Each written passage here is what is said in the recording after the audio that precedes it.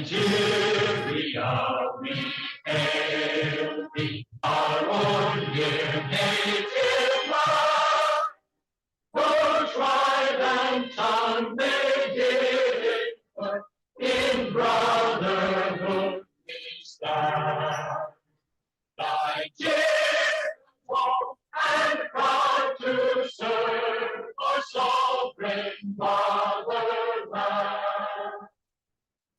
Thank you. While still standing, please still remain standing while I welcome Mrs. Taiwo Olatunji for the opening prayer. Thank you.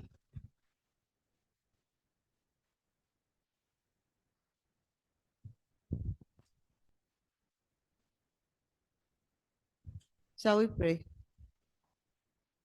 Oh Lord, our help in ages past, our hope for years to come. Lord, we worship and we honor your name. We are indeed very grateful unto you for a day like this. We thank you for this gathering. We thank you so much for Johnny mercies that you granted everyone that is here today. We thank you for the opportunity of having another BUPF AGM. Lord of glory, our beginning and our ending. We ask that, Lord, you will start with us. We ask that, Lord, you will company with us. We ask that, Lord, you will take charge and take control of all of our deliberations today. We pray that, Lord, the God of peace, you will let your peace reign in our midst and amongst us, and let your will alone be done. Thank you, holy and righteous Father. Take all the glory, receive all the honor. In Jesus' worthy name, we have prayed. Amen. Thank you. Thank you. Shall we be seated, please? Thank you. We are once again welcome to the 17th Annual General Meeting of the Best University Parents Forum. Thank you. Without wasting our time, I would like to go to the very first item on the program, which is introduction of principal officers and BUPF executives. And the very first person to be introduced today is the father of this great institution, our quintessential amiable Vice Chancellor. Please, with a standing ovation, let's put our hands together as we make welcome Professor Jeremiah Oludele Ojediran to the high table. Abisisa, you are highly welcome. Thank you. Next to be introduced, thank you, and thank you, sir. Visisa, you are welcome.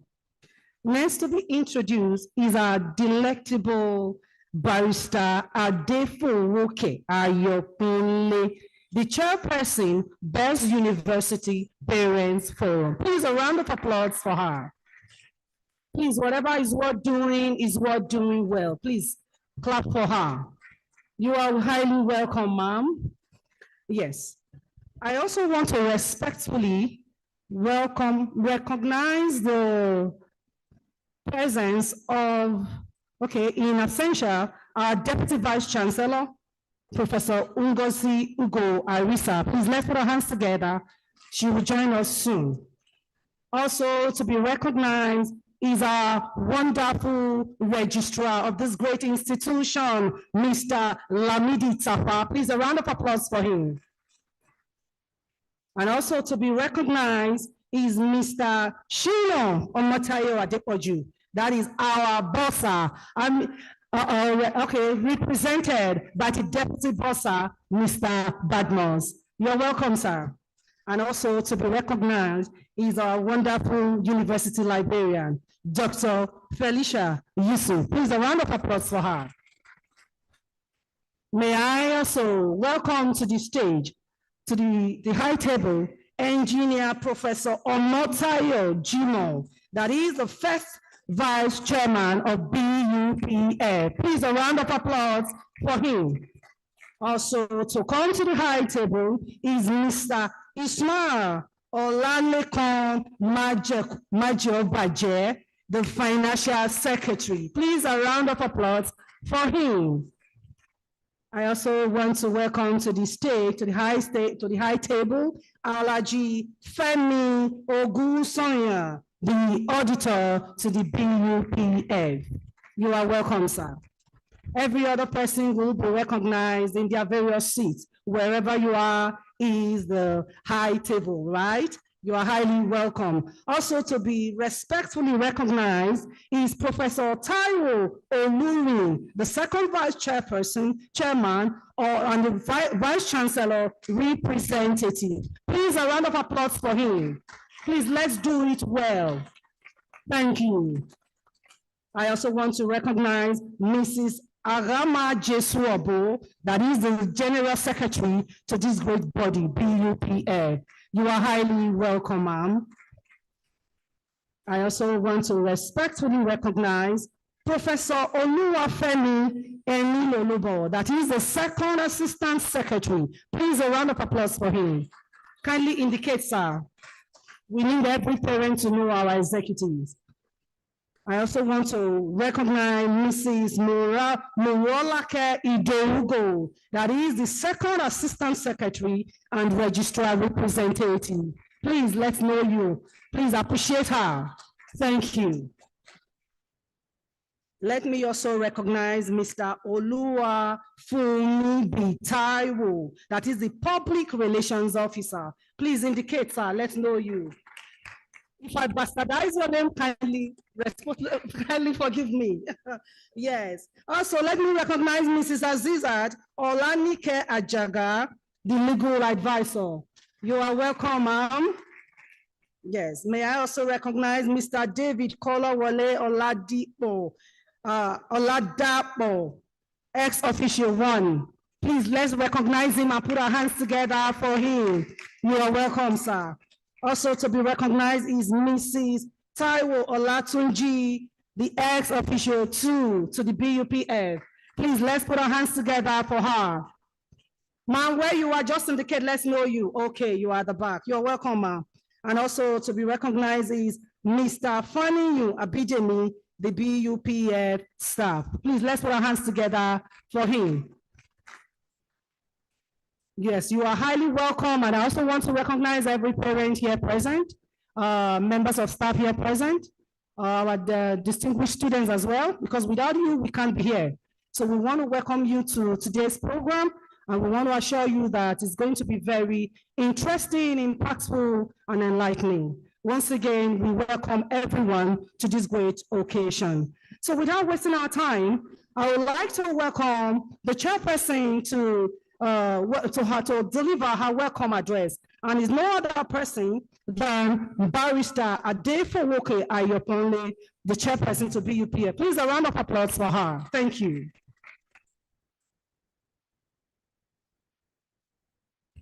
Thank you so very much. Good afternoon, beautiful parents of Bells University Parent Forum. I'd like to say welcome on board the 17th annual general meeting of this great body. Let me just take about some few minutes of yours to read this address that I have. It's already on page 14 to page 16 of the program of the event. So let me just run through it briefly. Dear distinguished parents, esteemed members of the university management, all protocols duly observed. I welcome you all with a huge sense of joy and gratitude on behalf of other executives, members to the 17th annual general meeting of the Bells University Parent Forum.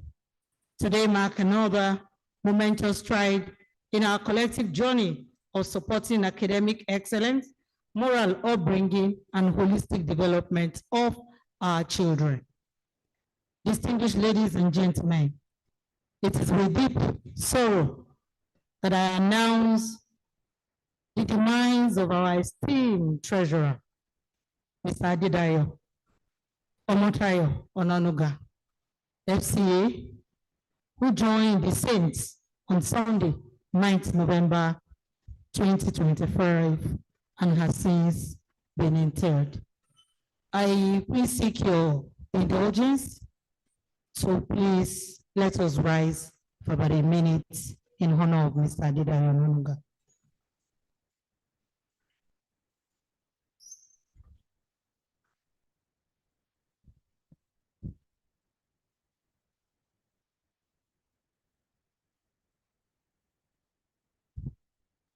May the soul of Mr. Onanuga rest in perfect peace.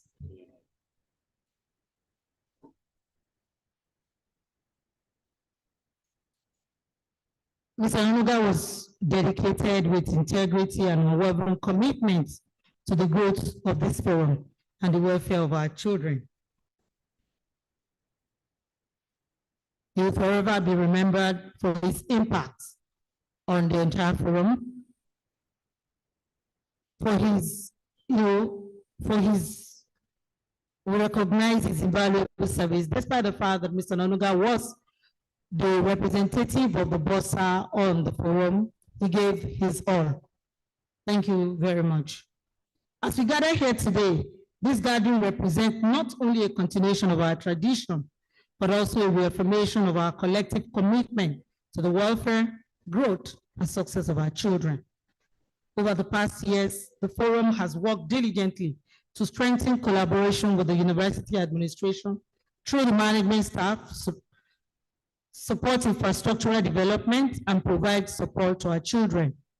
These efforts reflect our shared vision of nurturing excellence, discipline, and innovation within the institution. I extend my heartfelt thank you to the university leadership for the unwavering commitment to quality education.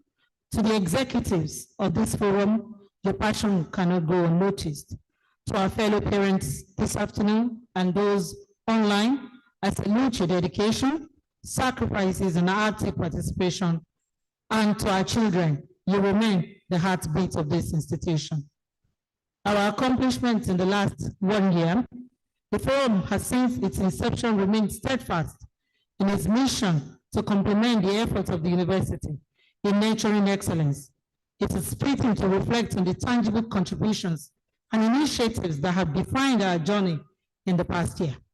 These accomplishments are not merely projects or programs. They are expressions of our collective commitment to the growth and success of our children and to the continued advancement of Bells University of Technology.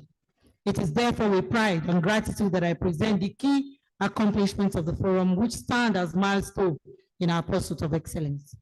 The extended engineering workshop, as part of our continuous contribution and collaboration with the university community, the forum contributed to the extension and expansion, rebuilding, modernization of the engineering workshop.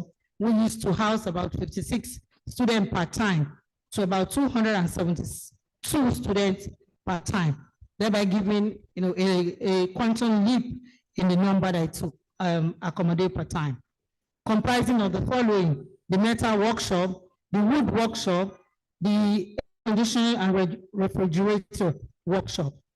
This initiative has provided our children with improved facilities and a conducive environment for practical learning. It strengthens the university's commitment to producing graduates who are not only academically sound, but are also technically skilled.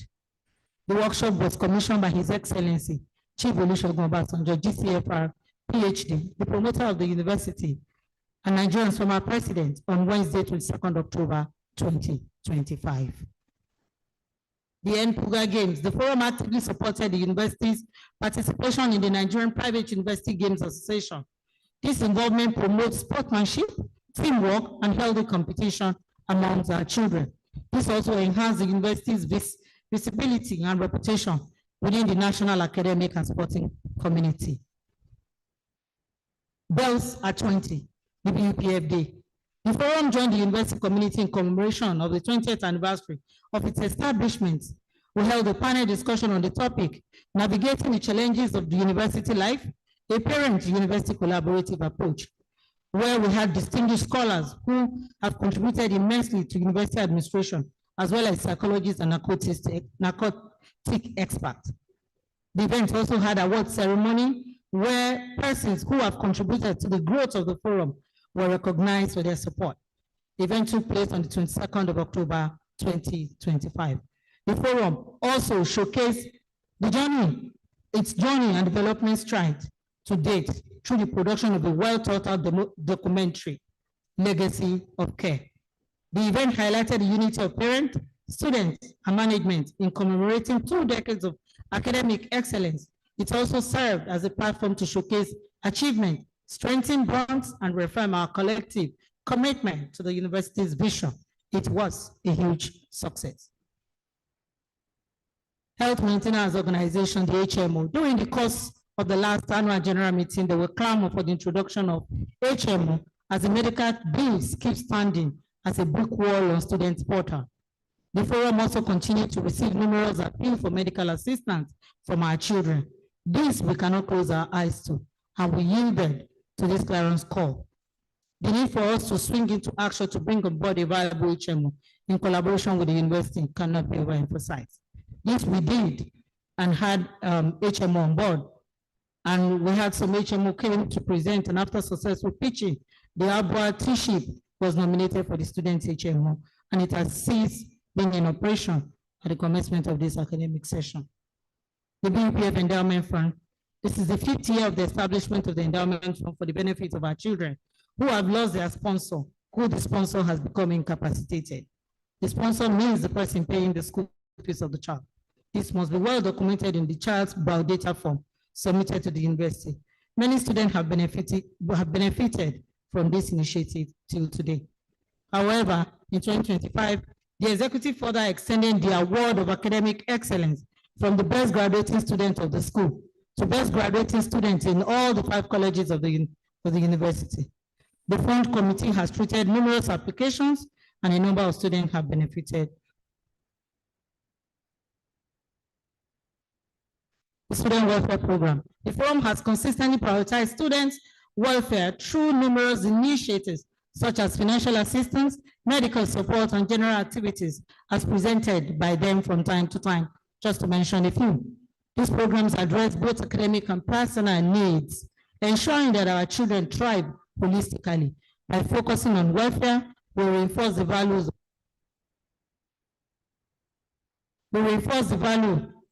of care, discipline, and responsibility. Aside from donating, building another facility, we are concerned about their emotional well-being in order to make their journey a holistic one. Our commitment as an executive is more to our children's overall well-being in order to make a holistic physical, emotional, as well as academic journey for them. This has created increase in our expenditure as it will be presented by the financial in the course of this meeting from previous year as well as previous executive. Strengthening collaboration. One of our greatest achievements has been deepening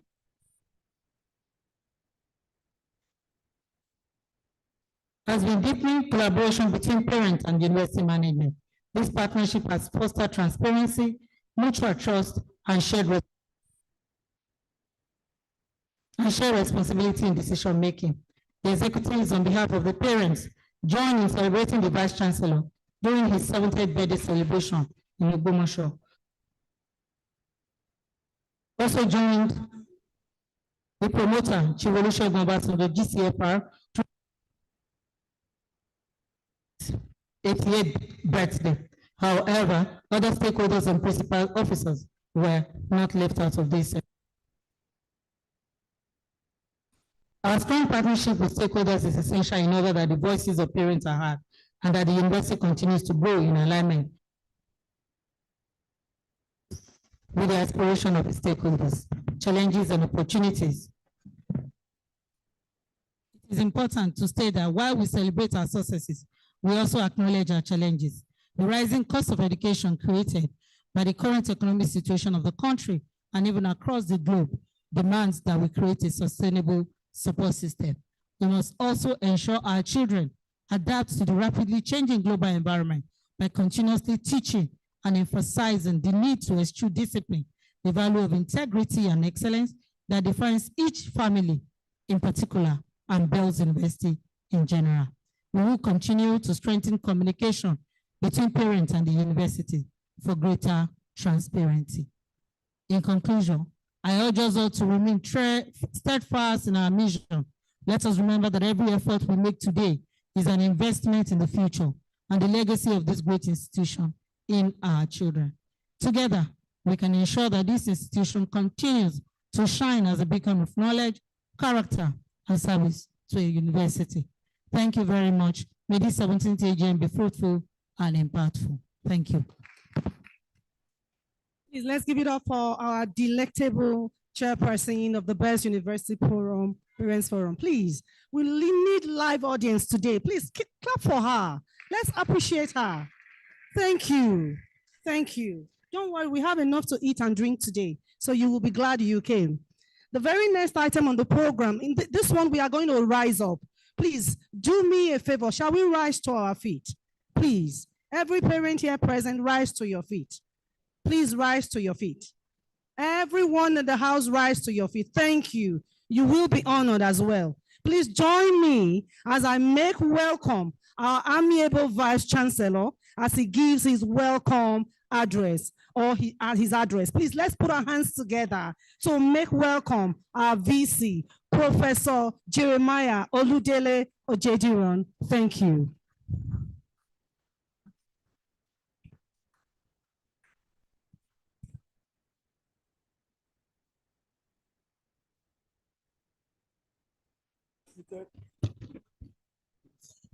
Thank you, please be seated. I'm a very shy person, so when you stood up, I was talking to someone here, I said, would you see me? Please permit me to stand on the already well-established protocol by the MC of today and to state that for the first time, I noticed that actually this is truly a high table. It's a high table. We are standing very high up here. So pardon us for being high there. We were all at the same level. Thank you so much, MC, for noting that very well for us. Let me note that the book with you, the program with you, has an address in there. But the address I'm going to present slightly deviates from that a bit. But putting the two of them together gives you a holistic view of the university and the Bells University Parent Forum. And we often insist on doing this so that our new parents will know exactly who we are, where we are coming from, where we are, so that they can add value to us while they are remain with us for between 3 to 5 years. And I'm sure 5 years down the line, we will be able to say that this crop of parents today of the new students have added more values than we have done in the past. The joy of progress is people doing more than you did while you are there. In my own faith, if Elijah did one thing, Elisha did twice. So I believe that those of you coming on board this time, you will do much more than those who came before you. So distinguished ladies and gentlemen, let me, on behalf of the promoter, the Board of Trustees, Council, Senate, management, staff, and students of this institution, on their behalf, it's my distinct pleasure to welcome you to the 17th BUPF Annual General Meeting and the 21st matriculation ceremony of our own great university. Distinguished ladies and gentlemen, that's where we are coming from. Being the first private university of technology in this country, we started in 2005, and we just celebrated our 20th anniversary. So we are in the 21st year, and we have moved from there. From that modest beginning, we have become noted for quality of our graduates and contributions in research, technology, and societal transformation. Like I mentioned, we just celebrated 2 decades of academic excellence, growth, and positive community impact. So welcome to a celebration of excellence, while challenging our inner strength towards expanding our scopes and horizons.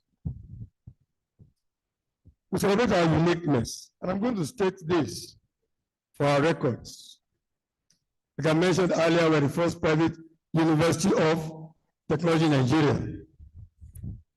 We are ranked 41 on the THE Sub-Saharan ranking and 12th in Nigeria. We ranked 4th. Thank you. We ranked 4th among private universities in Nigeria. I'm proud of ourselves for the fact that we're the first to run the biomedical engineering, mechatronic engineering, telecommunication engineering at the undergraduate levels. Currently, we're on the reported list for the THE ranking. And notably, 2 of our professors in engineering are ranked among the top 2% of researchers in Africa.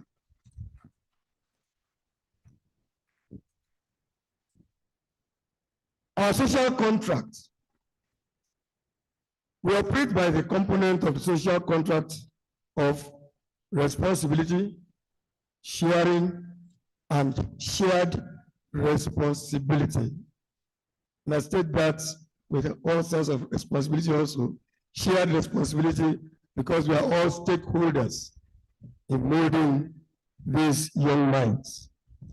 And I'm certain that in Yoruba Palace, at least I know, as they say, 2 hands have birthed the baby, but the whole community takes care of the people. So it's a shared responsibility.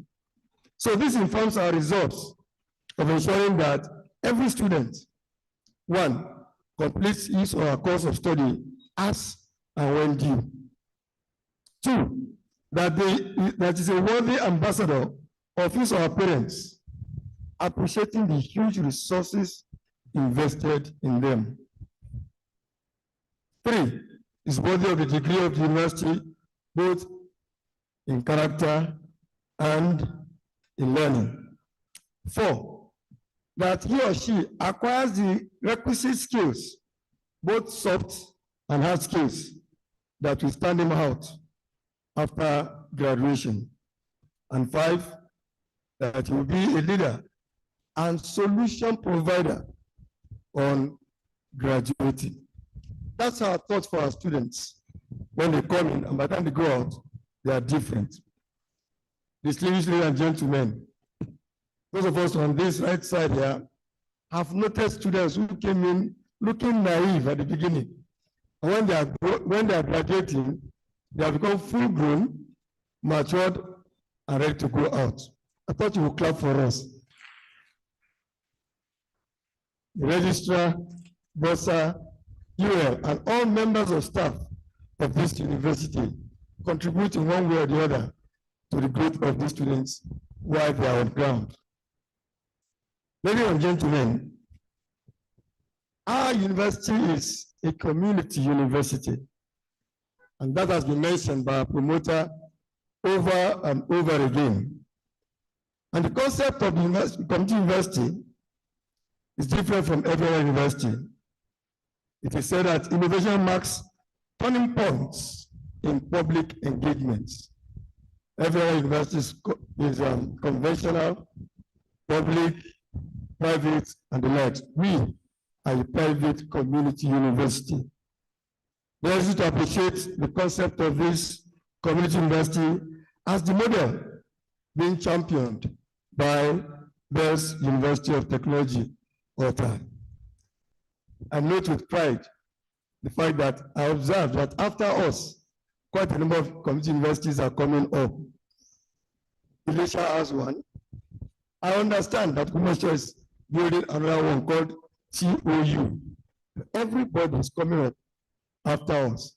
We are first in several things. Community education system sets out to provide solutions from collective knowledge and shared experiences, recognizing education as a lifelong activity. It utilizes a variety of resources as contributed by citizens who identify with the vision and ideals of the institution.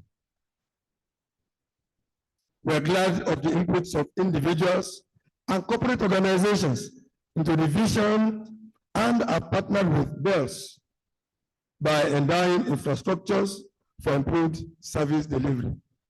I'm going to list some out for us to know that people have contributed to this institution, and we have moved from 2005 to 2026 on the shoulders of giants who have contributed on this space. One, Dr. Mike Adega building, which is Ganganti building right across the road there. This building has been put to a plethora of mixed uses: library space, CBT, laboratories, workshops, office spaces, drawing rooms, and studios. That building houses all this. Asiwaju Onafoka of Coleman's Wires and Cable. That building houses the College of Postgraduate Studies and the Center for Foundation Education, which is called CENFED. The New Horizon building is currently under construction to cater for all our ICT projects and other related initiatives. The BUPF buildings, the Student Friendship building, the Student Friendship building housing our Student Affairs Office, the BPF Lecture Theatre, Lecture Hall, the renovated International BPF Conference Hall, where we are all seated now. It used to be a place for indoor games. BPF transformed it into a conference center. I thought you would clap for yourselves. Please clap louder. The LED smart billboard out there, which has now served as our information center. Now no students, no staff can complain of not knowing when exams are starting, when lectures are starting, when the school is resuming, and when the school will be on one break or the other. That LED board has served various purposes. I thank the BPF for bringing that up. Let me note that other institutions are looking at this and are thinking on how to put this on. Again, that's another first for us. The BPF revamped the sports field, and that's where we are using currently, and the expanded engineering workshop, which has been well illustrated by the chairperson. 5, we have University Clinic. This building was donated by the PZ PLC to serve as University Health Center for the then young university. The then young university. 6, the second clinic extension. This structure currently serving as second clinic extension was rated as the first ICT center for the university by BUPF under the leadership of Mr. Jade and Mr. Harry Shobachu. This has been transformed into both male and female wards as the clinic. 7, in the spirit of the community system, this second clinic was refurbished and furnished by Dr. Tim Akao, the CEO, New Horizons Limited, as further contribution towards improving on the infrastructural development of Bells University of Technology. Ladies and gentlemen, 8, the ICT building, the first endowed building on this campus, housing the present activity of the New Horizon, was donated by BUPF also. We celebrate these great individuals, you inclusive, and other corporate entities for identifying with us and contributing to our smooth running. This is the ideal we run with, the ideal we are proud of, and the ideal we celebrate. Ladies and gentlemen, the BUPF and its uniqueness and mandates. The Forum of Parents and Guardian of Students. This makes BUPF and the university veritable stakeholders in providing education, development, and guidance to these young ones. So we are to consciously look out for common grounds to tackle issues as they come up in matured manners of mutual respect, trust, and understanding of prevailing situations as guided by the extant regulations. Hello, sir.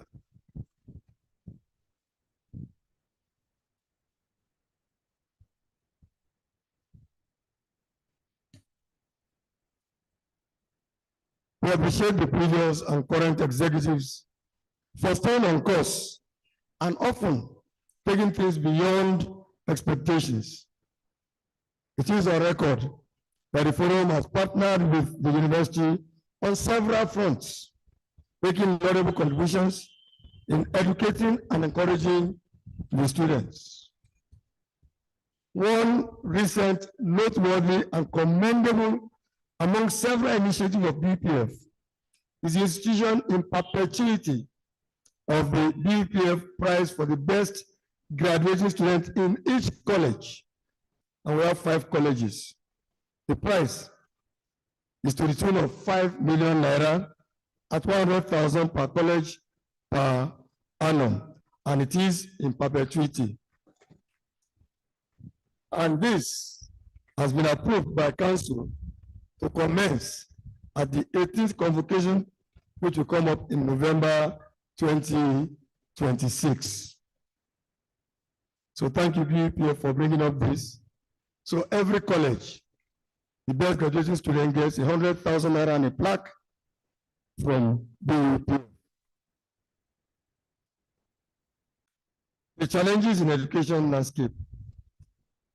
It is noteworthy that the chairperson mentioned a bit of this, and while adding to this, I would say the university has always been conscious and appreciative of the various sacrifices of parents at all fronts.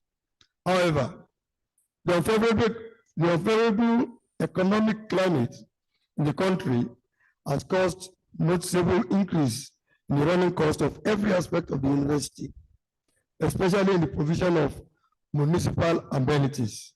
Notably, Bells Tech has not increased components of our fee schedule, despite the situation of the recent past. Rather, we have introduced tuition-free schemes for several programs.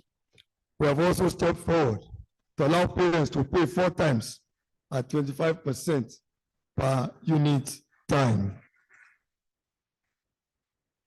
Thank you.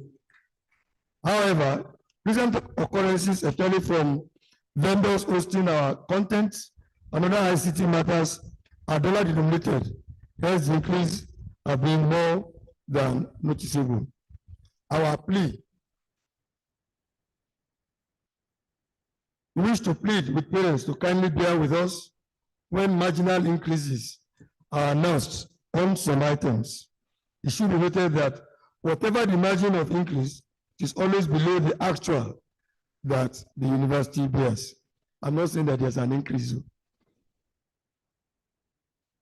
I'm just saying that please bear with us whenever it comes. It has not come.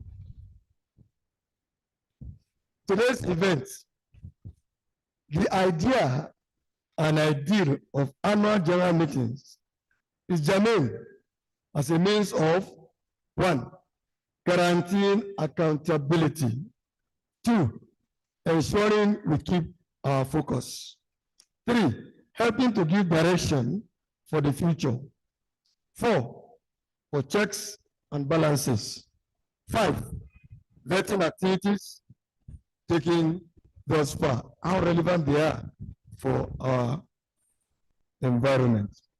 It is with this at the back of our collective minds that we welcome you all to this AGM, where efforts will be made to re-strategize on ways forward for the forum and the university.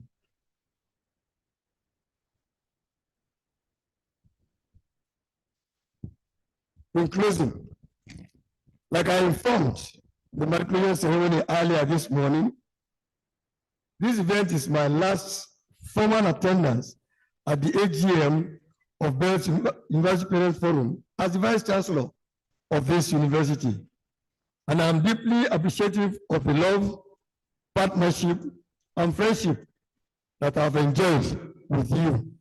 Thank you for attending my 70th birthday about a year ago.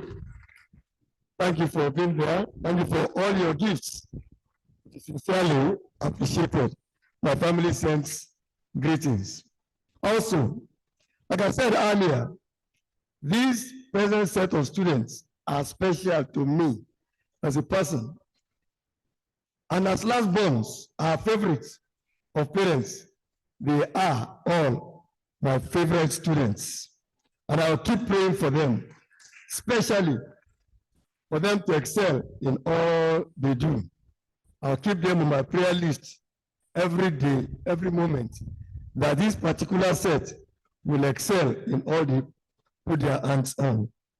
Like I prayed for them, they will be like trees planted by the rivers of water. They will bring forth their fruit in their own season. Their leaves will not wither. Whatever they lay their hands on, they will prosper. Now, I wish to congratulate the leadership of BUPF for being true to the forum's mandate and for this very, very beautiful outing. Once again, I welcome you all to Bells Tech, where only the best is good for Bells, and where only the best comes out of Bells. Thank you, and God bless you.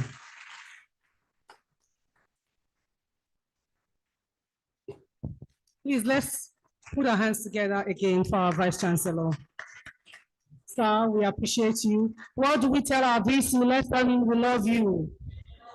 Thank you, sir. We love you, sir. God bless you, sir. Yes, without wasting our time. Yes, before we go to the next item on the program, I'd like to address those of us at the extreme back. If you are up here, you will discover that everybody is lumped towards this way and everywhere here is empty. And you can see it's being recorded. Please, I beg of us. For those of us at the back, after the pillar, would you do well to move towards the side? Please, we are only begging. You can't be seen from here. Everybody after the pillar. You know what I mean? Please, move towards this other side. Let everyone be evenly distributed. In short, ushers, please help ensure that. Everybody at the back, everyone. Let's be fast with it. Move towards this other side, please. Thank you. And those of us standing at the back, you really don't have any business standing. Let's all of us be seated and enjoy the program. Thank you so much as you comply. Meanwhile, before I call on the secretary to come handle the consideration and adoption of the minutes of the 16th annual general meeting held on Saturday, 1st February 2025, there is a missing Toyota key here. It was found by someone So if you are the owner, not now, kindly meet me after the program with proof of ownership, please. Thank you so much. So please, let's put our hands together for the secretary of this great body, Mrs. Ama Jesuobo, as she comes for the consideration and adoption of the minutes of the 16th annual general meeting held on Saturday, 1st February 2025. Please, a round of applause for her. Thank you. Thank you very much. Good afternoon, everybody. All protocols duly observed. Let's all kindly open our program of events to page 22, where we'll be considering the minutes of the 16th annual general meeting, which was held on the 1st of February 2025, right here in this hall. So we'll go over it page by page in order to save time. And we'll be starting with page 22. Page 22, please, let's take a look at it.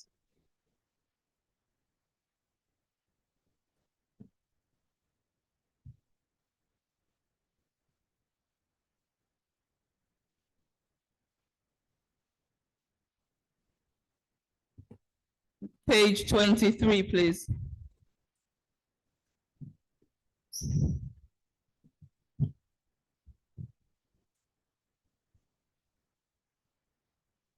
If you were here at the last AGM, please check the attendance for your name. Page 24.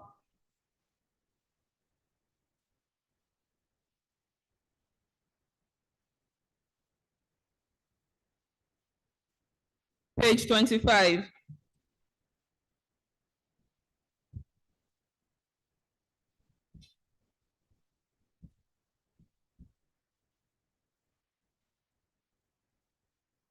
Page 26.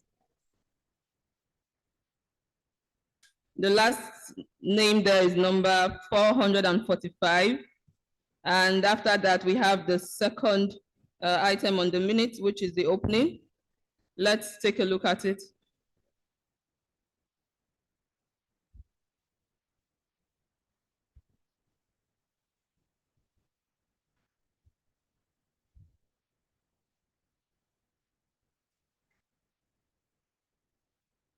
Page 27, please.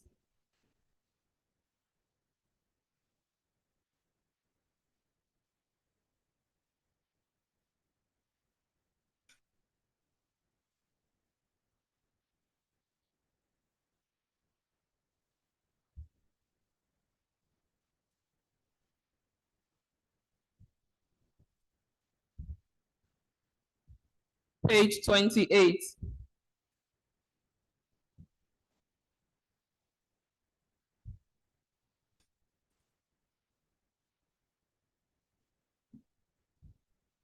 Observations, corrections from the minute. Okay, I see a hand raised. Please go ahead, sir.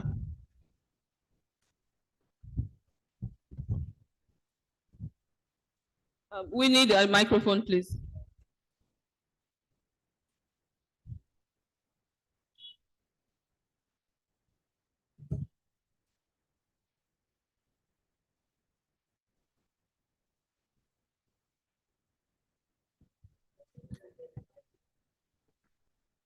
Thank you. I noticed that duplication of name, Professor Ngozi Arisa, number 313. Sorry, what page, please? Page 25. Page 25. Page 26. Okay. Number 313 and number 403. 313 and 403. Thank you. Okay, sir. Thank you very much. Any other observations, please?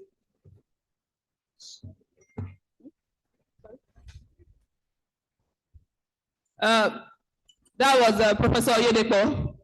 Thank you very much, sir. There's someone over there on my right. Please start by introducing yourself. Thank you. Good afternoon. I stand on existing protocol. My name is Comrade Ibe Monde Chipuka. In the attendance, there is an omission of name.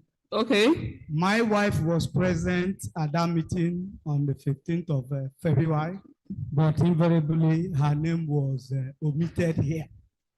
okay, sir. Thank Mrs. you. Christiana Ibechukwuka. Mrs. Christiana Ibechuku, Secretariat, please take note. Thank you very much.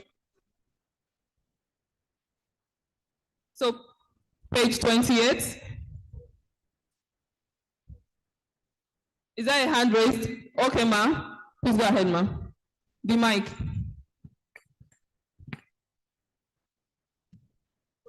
My name is not on the attendance list.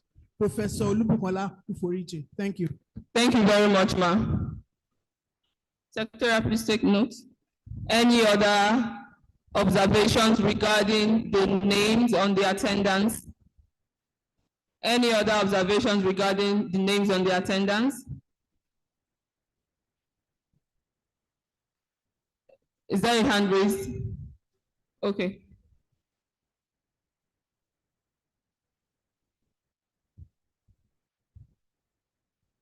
I was also present in the last meeting. My name is not there.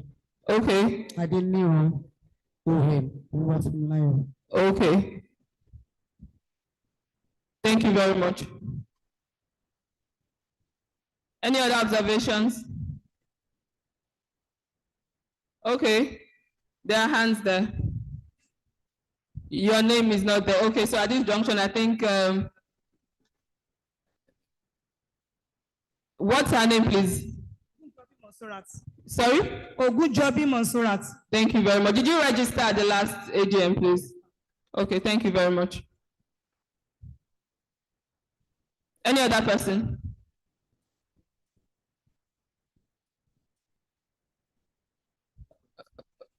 Okay, thank you very much. So for those who are new parents, your name will not be on the attendance or on the minutes of the last AGM. So in the absence of any other omissions regarding names on the attendance, I'd like us to return to page 28.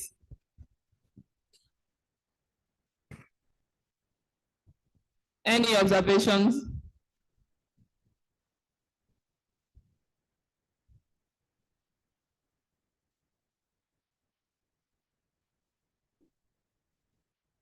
Page 29. Page 29. Please, let's read through it, please.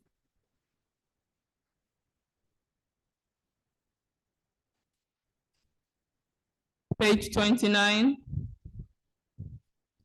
Page 30.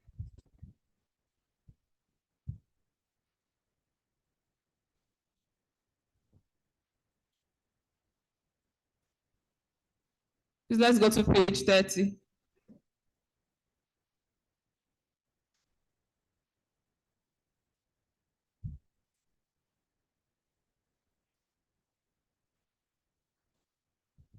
Page 31.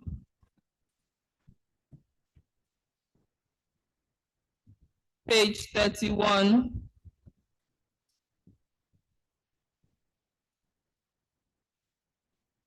Professor Lurin, please.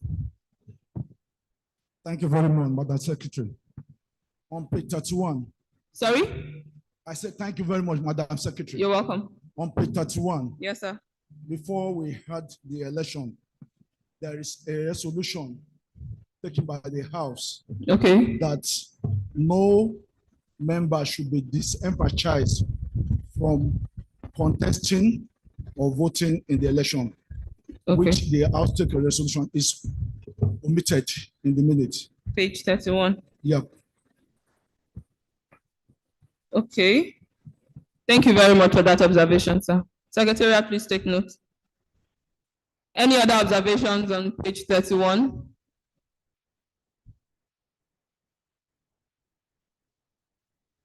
Any other observations? We move to page 32. Page 32.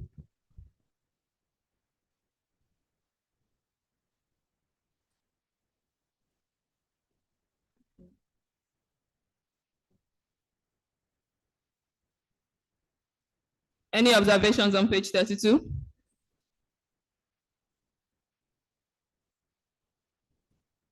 If there are no observations, I would like to thank you all for joining to consider the minutes of the 16th AGM. Thank you very much. Please, let's put our hands together for her. Well done, amiable secretary.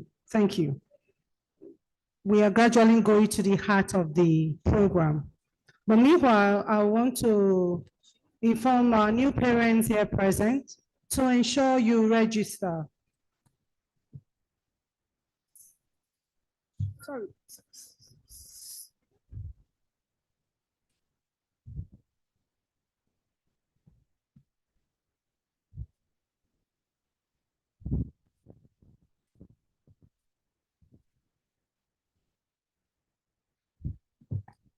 Yes, I wanted to inform our new parents to ensure they register in order for your names to be well captured. Your name, of course, did not appear now, but hopefully, and God willing, by next year, everyone's name will be in attendance. So please ensure to register.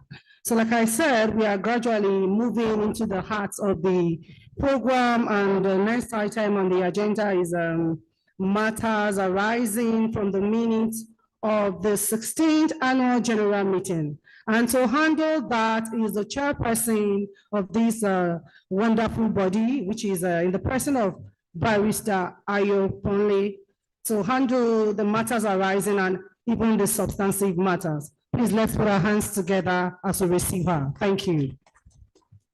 Thank you so very much, Madam Moderator. At this point in time, I'd like to call for the adoption of the minutes that have just been read so that we can consider matters arising from there. A hand in the room for the adoption of these minutes.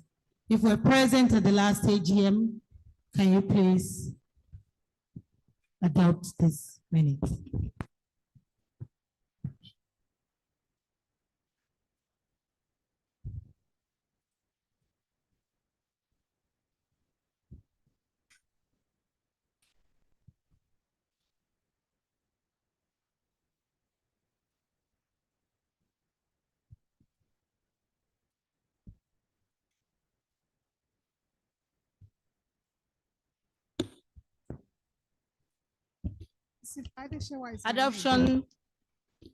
Adoption of the minutes. Yes, I hereby adopt the minutes of the last minutes. Isiba Adeshewa by name. We can hear you, madam. Your name? Isiba Adeshewa. Isiba Adeshewa. I move adoption of the last minutes. Thank you very much. We can hardly hear you. Isiba Adeshewa. Adeshewa. Thank you very much. Who second this adoption? Any hand? You don't need to be at the last AGM to second. There is a hand here.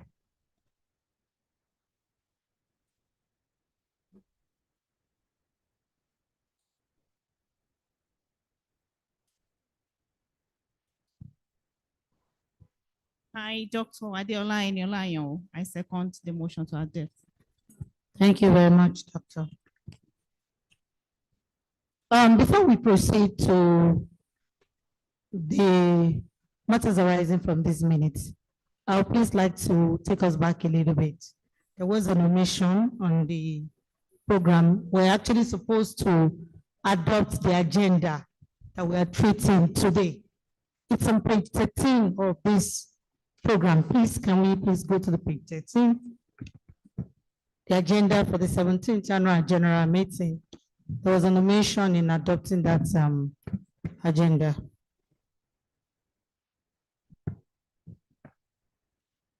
Having looked through it, can we have someone move for the adoption of the agenda of this minute?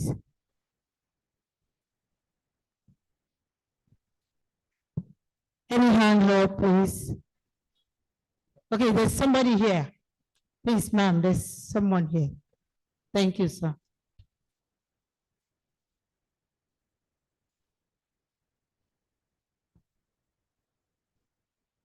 So we encourage you make use of the microphone properly so that we can hear you very well. I, Captain Razak Lebede, move the motion for the adoption of the agenda for the 17th annual general meeting of the Bells University Parents Forum. Thank you very much. Please who second this agenda. There is a hand up in front here, ma'am. Hello, ma'am, there's a hand in front here, please. He's raising his hand here. Okay, thank you, sir. Good afternoon, everybody. I, Mr. Rahman Adewale Adebi, second the agenda, the motion of the agenda to be adopted for the day. Thank you. Thank you so very much. We appreciate it. We move to the substantive matters arising from this minute. We will do it as fast as possible so that we can move as fast as possible as well. I think that will begin from page 29 of this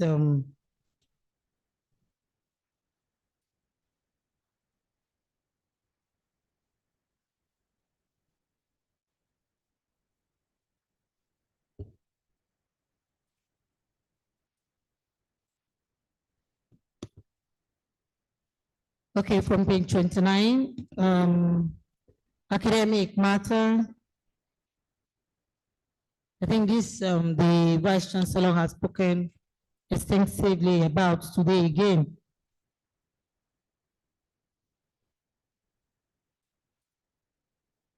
Any view from these academic matters, health benefit payment portal, and we'll move to the student welfare.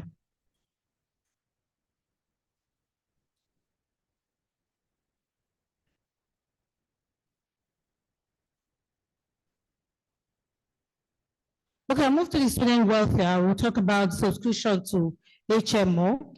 Like I said in the address that I was privileged to present to talk about subscription to the HMO. As you're all aware that the HMO is running and functioning in the university for now, is the program commenced at the commencement of this academic session of the university, and it has since been running. And in the room, if you have any question concerning the HMO, we could use about 5 minutes to tackle that. I have two persons here who are from the NHIS desk officer of the university from the health service. Ma'am, can you please rise for recognition, and also the doctor that's in-house from the health center of the university. Those are the people in charge of the HMO in collaboration with the secondary,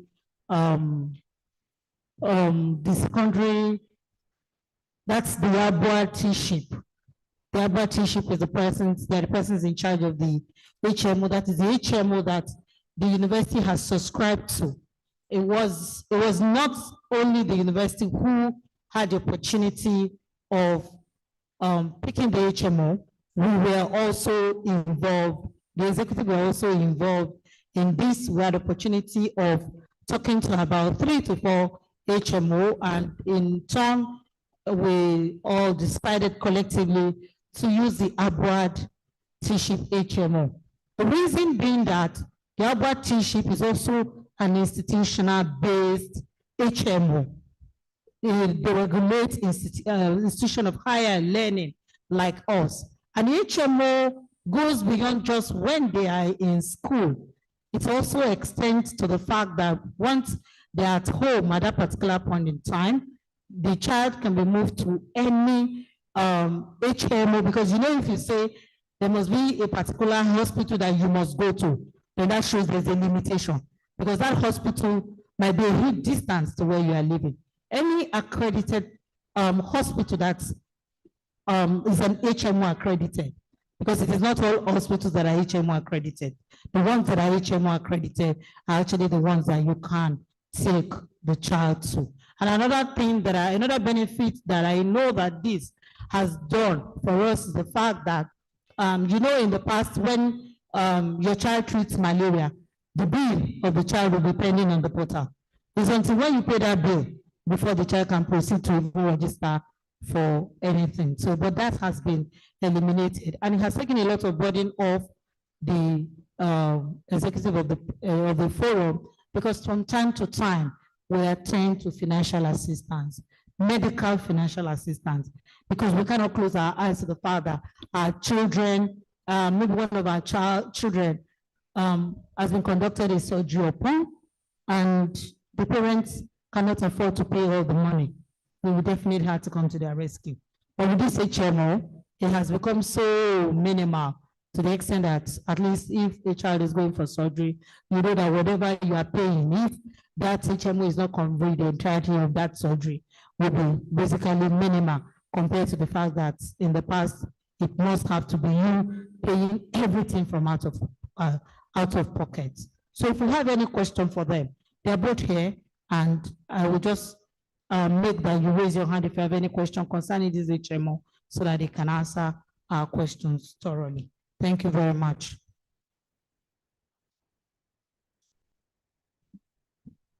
Yes, here, there's also the issue of, okay, there's a hand up there. Ma'am, please, there's a hand up there.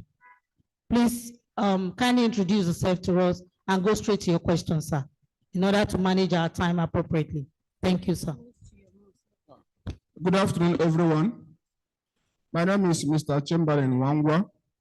I have a son here, and currently from my workplace, he's covered. We have a running health provider.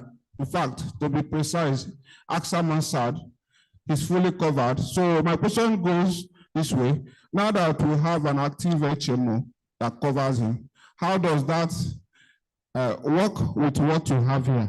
Should he have a problem? That's for number one. I know that before now, he had issues that he required medication and he was treated in the school. So does that mean that the treatment given to him, I have to pay now, or that what we paid before as part of the school fees covers it, or that there's something else we have to register concerning the HMO? Because currently we have a running one. Thank you. Okay, thank you very much. Any other question on it so that we can collectively take the questions? There is a hand here, sir.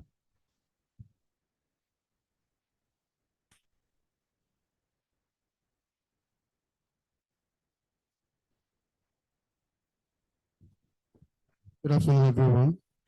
My name is Shagun Aino.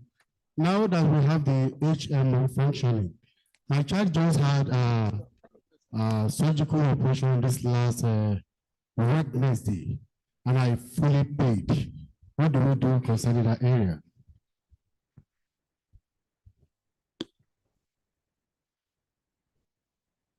Okay, thank you. I will slightly take some of the questions while I will allow the medical team to take some of the questions.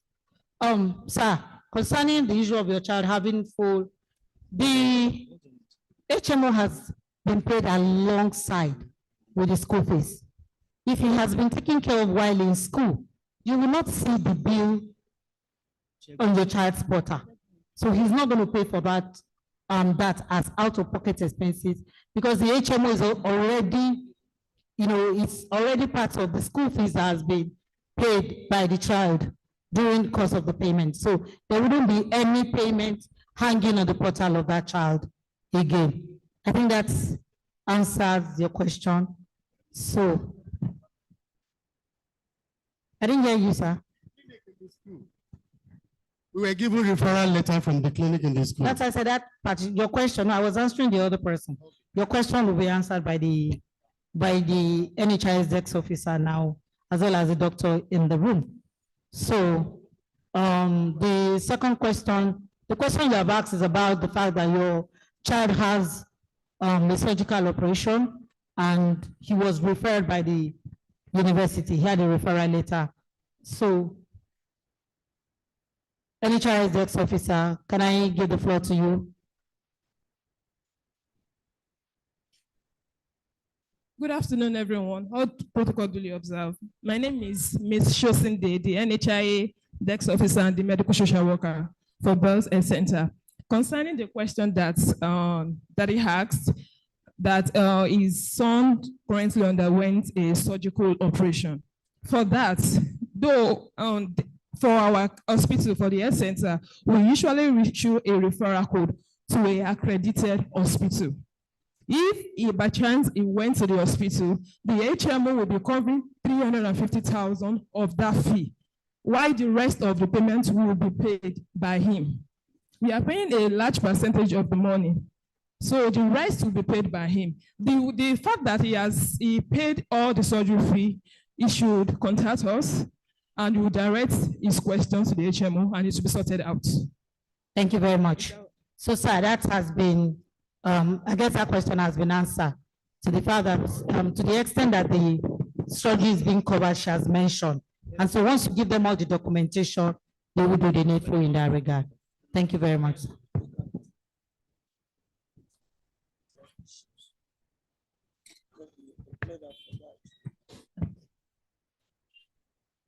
I know, sir, I know you are in, hello, sir. I know you are in contact with the university hospital before he was referred. So please direct all the contact back to them and they will resolve this issue amicably.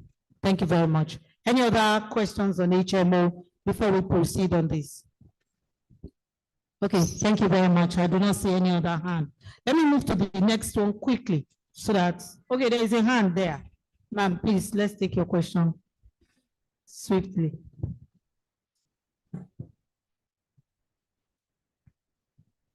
Good afternoon, everyone. Please, Maria, it's still a question I need to get clearer. Concerning that of a child that has HMO that is currently running, is that child still need to register with school HMO? Please, I need to get that question clear. Thank you. Okay, thank you, ma'am. Yes, because already this fees is part of the school fees. It's already part of the school fees. And there's no way on the portal, on the payment portal, that you will say that this child has an existing HMO. And one of the things that we have said is that while the child is in school, the university is responsible for them. And in that regard, they are expected to be taken care of holistically, including medically. Because I've seen in the past, one of the reasons why this HMO issue became something paramount in our heart, I've seen a child sleep in the hostel and seriously ill, and says that when the child was approached to go to the health center, the child said that I cannot go. Why? He said, because the bill will be on my portal and my mommy cannot pay. So my fear is, if we say the child and say, my mommy said I should not go, I should use this drug, I should use that drug. And at the end of the day, God forbid, we're all parents. God forbid anything happen, including us, the parent forum here. I'm not sure we'll be happy. We will not be happy when it comes to that issue. And those are one of the reasons why we say that the HMO should cover everybody. And it should be part of the school fees. As much as we pay the school fees in installment, we also pay the HMO in turn in installment, while the school has actually paid the HMO upfront before we even finish paying all those fees. Thank you very much. So as it is, I think we should, please, for the sake of God, HMO is 45,000 naira. I seek our indulgence.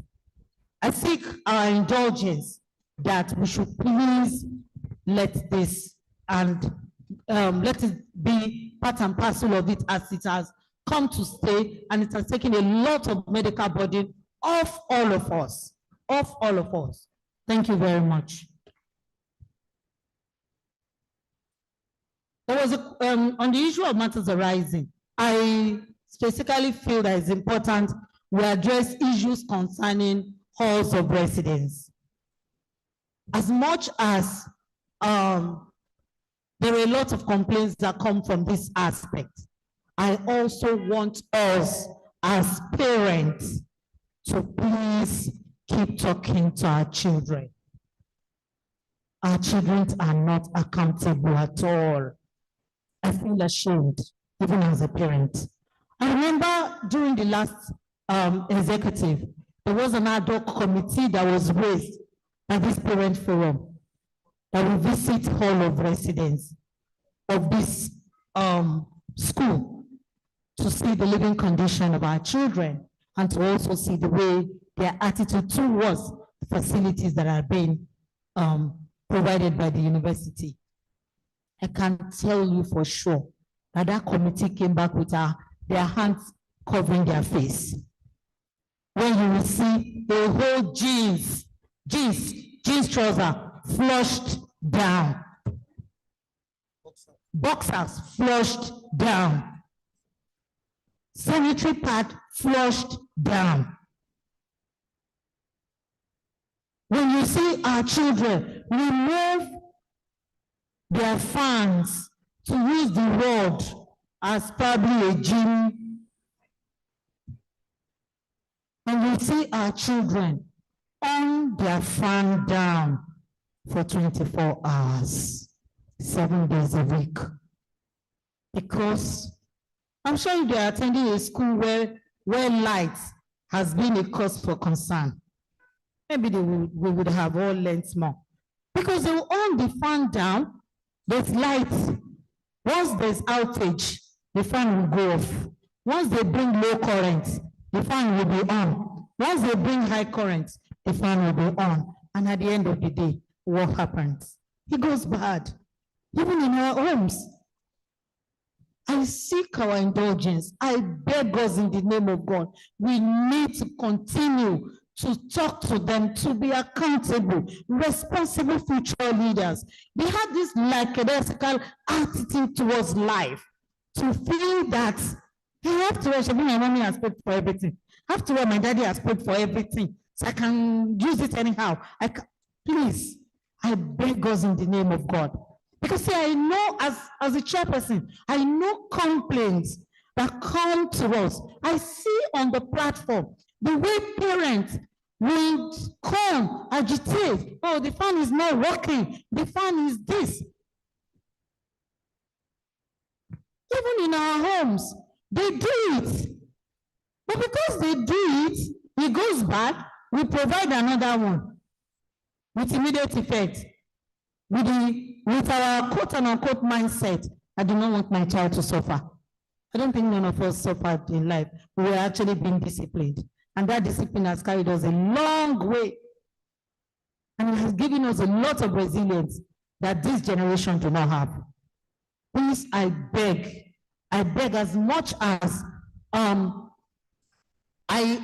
we always have meetings with the university management, with the maintenance team, to be on top of the issues. But when they go out of the room to fix issues there, in less than 2 weeks, that same fan that they are going to fix or replace will go bad. There will be surge. God forbid there's a major fire incident. Well, we cannot rule out the fact that owning this electrical down 247 has created some fire incidents in some rooms that the school will have to rescue for it not to escalate. I seek our indulgence to please help the university to do their part in this regard. And by so doing, by also speaking to our children all the time. We are on top of the university management. They're right beside us here. As much as we're collaborators, sometimes we fight a lot. And these are one of the reasons why we have to fight, because they have to provide adequate amenities for our children, which they have provided, but they also have to see to continuous maintenance of it. And so we would also want our children to be accountable to this, to be disciplined, to be responsible, because they're future leaders. They are the leaders of today, no longer leaders of tomorrow. They are leaders of today. So I seek our indulgence to please continuously talk to them in this regard. Thank you very much.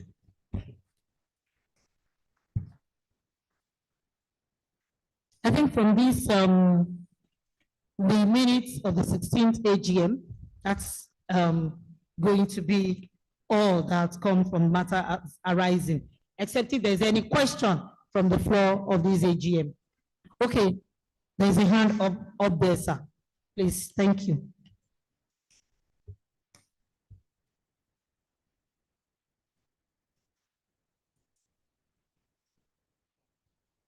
Thank you very much, ma'am. I stand on all existing protocols. My name is Michael Adejo. I have a son here, just came in this session. And it's about health matters since we're talking about human health. I believe we have new hostels in the campus here, and an incident occurred. My son is pretty tall, a bit taller than I am, and the fans in the new hostel, I believe, are ceiling fans. And while he was trying to climb a bunk, this fan caught. Now he was treated. But that was an incident, and I actually asked what happened. Said it would be escalated. Now I don't think that is the first incident, and I believe we have people who are even taller than him in this school. Now that is a health hazard. Now it hit his head, but didn't really damage any part of his skull. It might happen to somebody else, might be his eye, might be his ear. So I would love that the university authorities look into these fans that are ceiling fans. I'm aware that in other hostels you have fans that are like fans that are caged. Can that be looked into? Something that will be escalated and cause a big issue for the school? Thank you very much. Well, thank you very much, parents. And sometimes it's difficult to answer your questions. But you are requesting for that. Others are requesting for ceiling fans. So we deal with 4,000, 5,000 students. You are requesting for ceiling fans. Others are saying, you are requesting for this. Others are saying, no, while this is too direct to my son, he gives him kata every time. So except if there are specific requests like yours, you should let reporters know, and they can treat it as specific. One of the parents came sometime and said his son is 7 feet tall. So he needed a different bunk. So we have to construct a different bunk for him. So we treat every case on its own merit, where we can, right?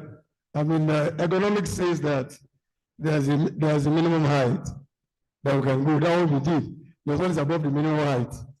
So we'll take his own separately. Let him report to the portal, portal to the GSA, and then we'll work on that. As well for his own room, we could get something like this for him. Let me add just a little bit from what the chairman said about talking to our students, our children. They put on the light, the fan 24/7. It's on throughout, even when they're on holidays. Our NEPA bill is 50 million per month. Our diesel bill is 28 million per month. That gives me 78 million per month. Now that's 78 students' fees gone. But so we can bring this down if and only if they will put this off when it's time to put it off and when it's time to put it on. That's why we say we are partners in progress. If you talk to them, we will talk to them, and I'm sure it will yield better fruit for us. For the sanitary aspect of it, we plead with you. Particularly when they are graduating, it is heartbreaking. If another student decides to break things because they've been told by their parents that they paid for everything. You didn't pay for everything, man. 78,000 million per month for 12 months cuts away everything. And if a student decides to damage a thing because his parent has told that he has paid for everything, I don't think that's right to do. Please don't give them the impression that I have paid for all. You didn't pay for all. So please, it's just a plea. And we will continue to plead with them also. So please do the right things. Thank you. Thank you very much, sir. Okay, we have a lot of hands up now. Thank you. Good afternoon, sir. I am Mrs. Tola Olapade. I have a word here. Our hostel is 34B, New Female Hall. There's no fan there and there's no wardrobe. Please tell me to do the needful. Thank you. Okay, thank you, ma. I guess the child should follow the appropriate channel and report that in particular. I didn't hear that, ma. She said she has done that, ma. Okay, no problem. She's, which hostel, ma? New female hall. Okay. We will look into that before we leave here now. I'll get all the details of the child. I'll look into it. There's another hand there. Okay, there's a hand there. We'll come to you, ma'am. Thank you very much. I just have a suggestion. Your name, sir? Oh, my name is Tampana Razak Libide. I have a son here. He just got into the school. I have a suggestion with regards this the issue of utilities. I mean, it's a joint effort. Everything that has been said about our children is true. We live in precarious time. We are always struggling with social media presence, and we have those challenges at home. Now, I'm aware that in my son's room, for instance, there are 4 of them in the room, and they all have house masters. Perhaps the house master should develop a rooster to ensure that a student per day is in charge of ensuring that all utilities are switched off. It is also going to form part of building responsibility in them. They make those mistakes at home, truly. They wake up in the morning and go without switching off anything. And we have to go around to do it. But at least if in school, they are forced to also ensure that somebody, student per day, the roster should be developed by the house master, and it should be shared with them that you are in charge of ensuring that fans, lights, and everything is switched off before you go to class. If you are not able to, perhaps you have a class in the morning, you tell one of your friends, Omo, I get class, offline too. No, things like that. That way they will develop that habit. So let's do it together. Thank you very much. As much as it's a beautiful and welcoming initiative, I know that when they are going out, they lock their room. Hello, sir. The person with the microphone, this woman has raised her hand. So they lock their room. Somebody's, the last person that goes out of the room, lock their room. So maybe with that, we could say anybody that goes out of the room last should be the person in charge of this at this particular point in time. Thank you very much. Okay, thank you, ma'am. My name is Engineer Folashade Owosheni. My discussion with you has to do with safety concern as well, health and safety concern. My daughter, she fell off the bunk. She fell off the bunk while sleeping. The guardrails for the up bunk is not there in her home bunk. She was taken to medical, everything has been sorted, but please, just for safety's sake and for others, the up bunk, the guardrail should be provided, please. Thank you. Thank you very much. It's noted. I actually feel her concern because it's not every child that has the capacity when they are asleep to have full consciousness. Thank you, to be sorted. Good afternoon, everyone. I'm Dr. Odeshola Kafilat. Since it's a collaborative thing, I just want to also ask that we tell our mothers that they should tell their girls, their daughters that they do not have to drop their pads in the toilet. We have to be intentional about it. Yes, we want to be protective, but we've had cases where our daughters comes around and say, my mommy said it should not be seen, and that the only safe place I can drop it is in the toilet. And of course, we know the damage is going to cause. So we need to be intentional and tell them how they can properly dispose these things without them dropping it in the toilet also. Thank you very much, Doctor. I appreciate that. There is a hand there and there is a hand here. I think that will be the last 2 hands I will take afterward. Good afternoon. I'm Somi Falobi. My issue has to do with the payment portal. At the time I was paying for the acceptance fee, there was a glitch. I made 3 payments for acceptance fee. 3 of them went. So I had overpaid. I'd written a letter to the bursar sometime in October. I got a call sometime early November, but I'm yet to get a refund of the 200,000. I don't know what has to do. Maybe since the bursar is here, maybe they could quickly help me. My letter is with them. I submitted a letter to the bursar. But since November, I'm yet to get any further details. Thank you. Yeah, let me first and foremost apologize for this. The university is migrating from one portal to a new portal. So we had that glitch you were talking about. Quite a lot of those who fell into this are being refunded. Very recently, jokingly, I told Bossa that, Bossa, I'm tired of refunding. I hope you're not refunding our money to people. But obviously, your case will be dealt with. Whatever the amount you overpaid, I can vouch for the university that we will refund.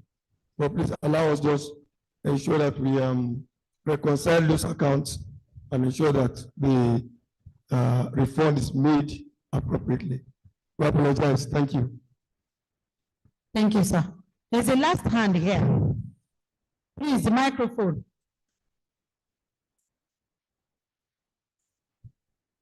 Okay. Good afternoon, everyone. I'm Mrs. Ogali. Yes, and I'm new here. My son started in December. So my concern is about my son. He's tall. He's tall. So he's in a down bunk. So whenever he calls, sometimes on video call, even before the call, when I took him to the hostel, I found out that the bunk, he's taller than it when he sits down. So that makes him to always bend his back.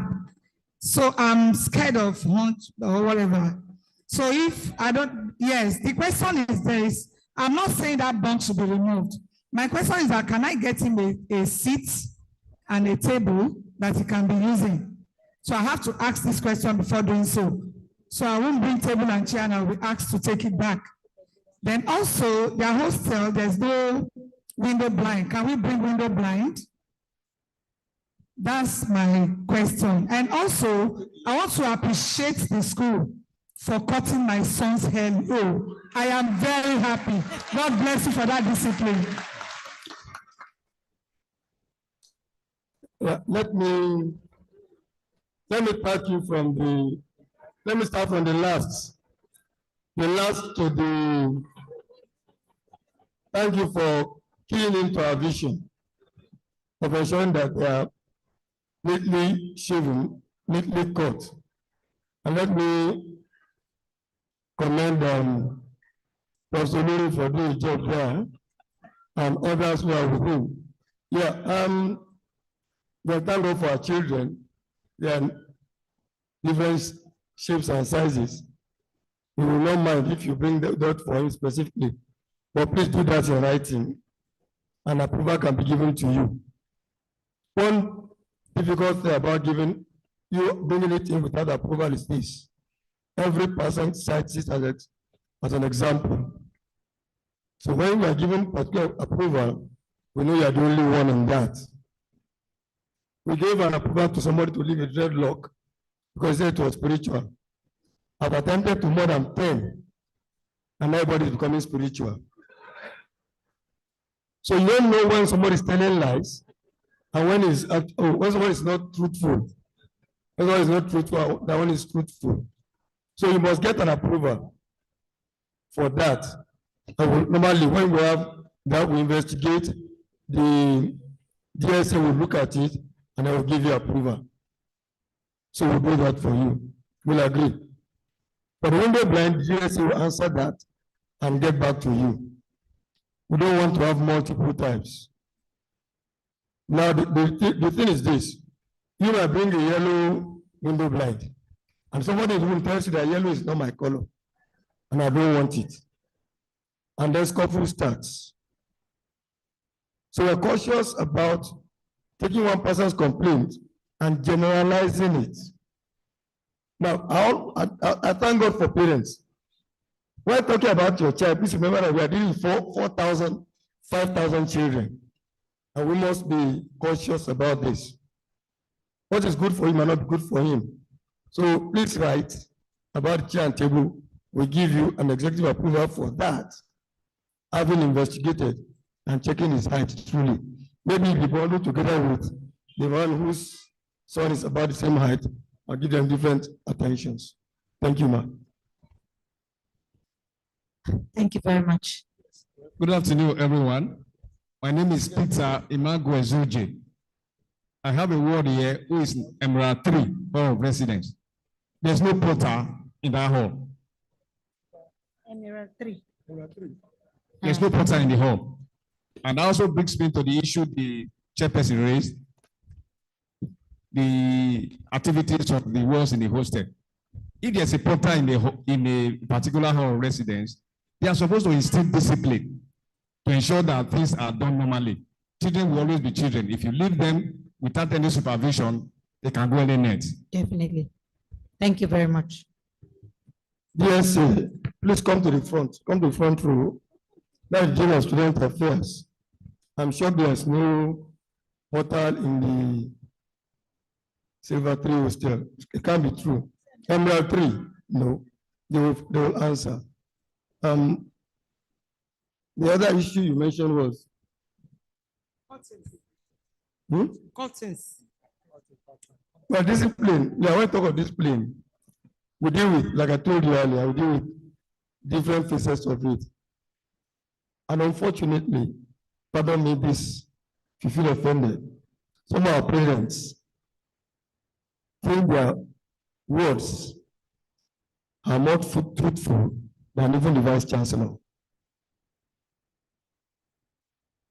Once your child reports something that is gospel truth, nobody can say anything more. I think you have a large heart, open mind to allow us investigate issues. Some parents are very rude. I had to tell one that I'm here to serve you, I'm not your servant. Was throwing me up and down, and I don't think it's right. If I'm polite to you, does not mean that I'm afraid of talking to you. Making a report, I'll get a report, ask people to investigate, and I get the facts. Where possible, I go back and tell you, we are sorry, we are going to take charge of that. But to call me in the middle of the night when I'm sleeping and ask me to go to the hostel and check something, I think is uncalled for. If your child gives you the Vice Chancellors, we are not headmasters here. So when he called me at 12 midnight, I should go to his child hostel. And I don't think it's right, man. But we try as much as possible. I mean, some of us are called teachers. I have a calling to be a teacher, and I'm happy to be. So I listen to students until they tell me the whole thing, the whole truth. And we investigate before we give the sanctions. If sanctions are awkward, they go to appeal. The appeal committee does a very good job of revisiting cases, even when they are going there.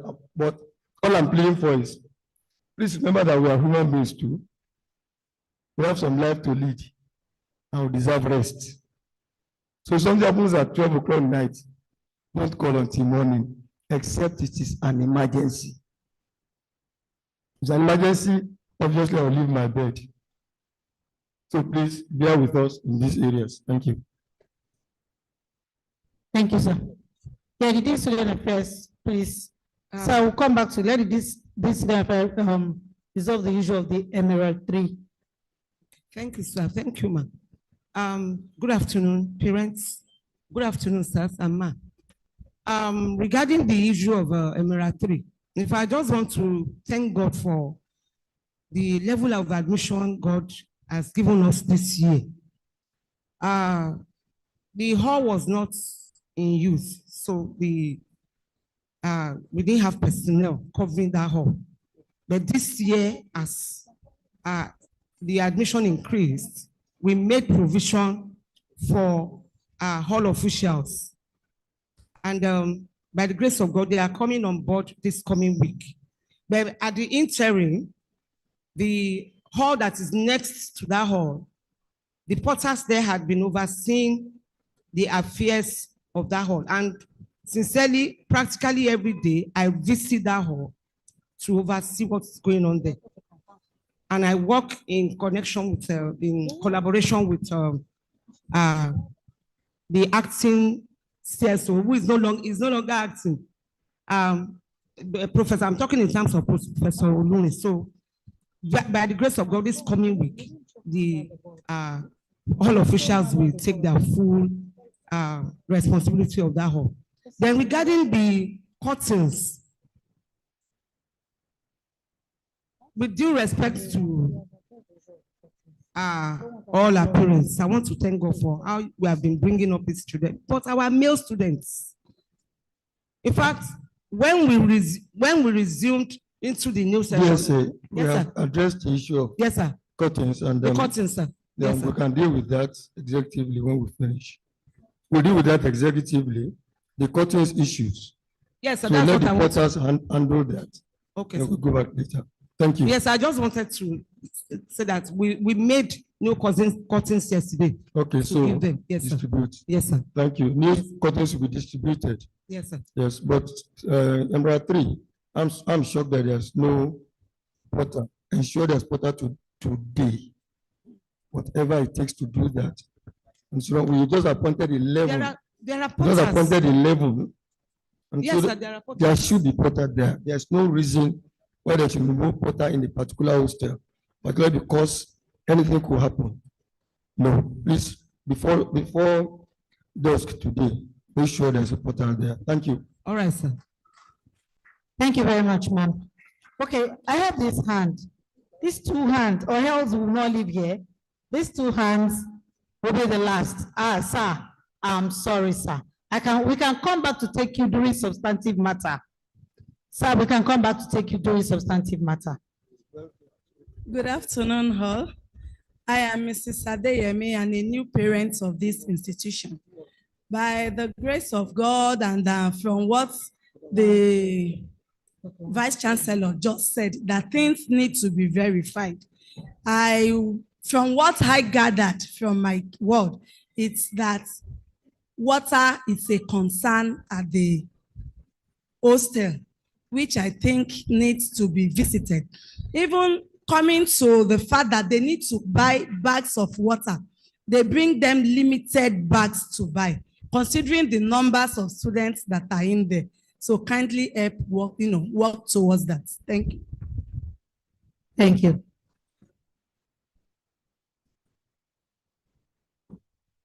Good afternoon, sirs, ma'am.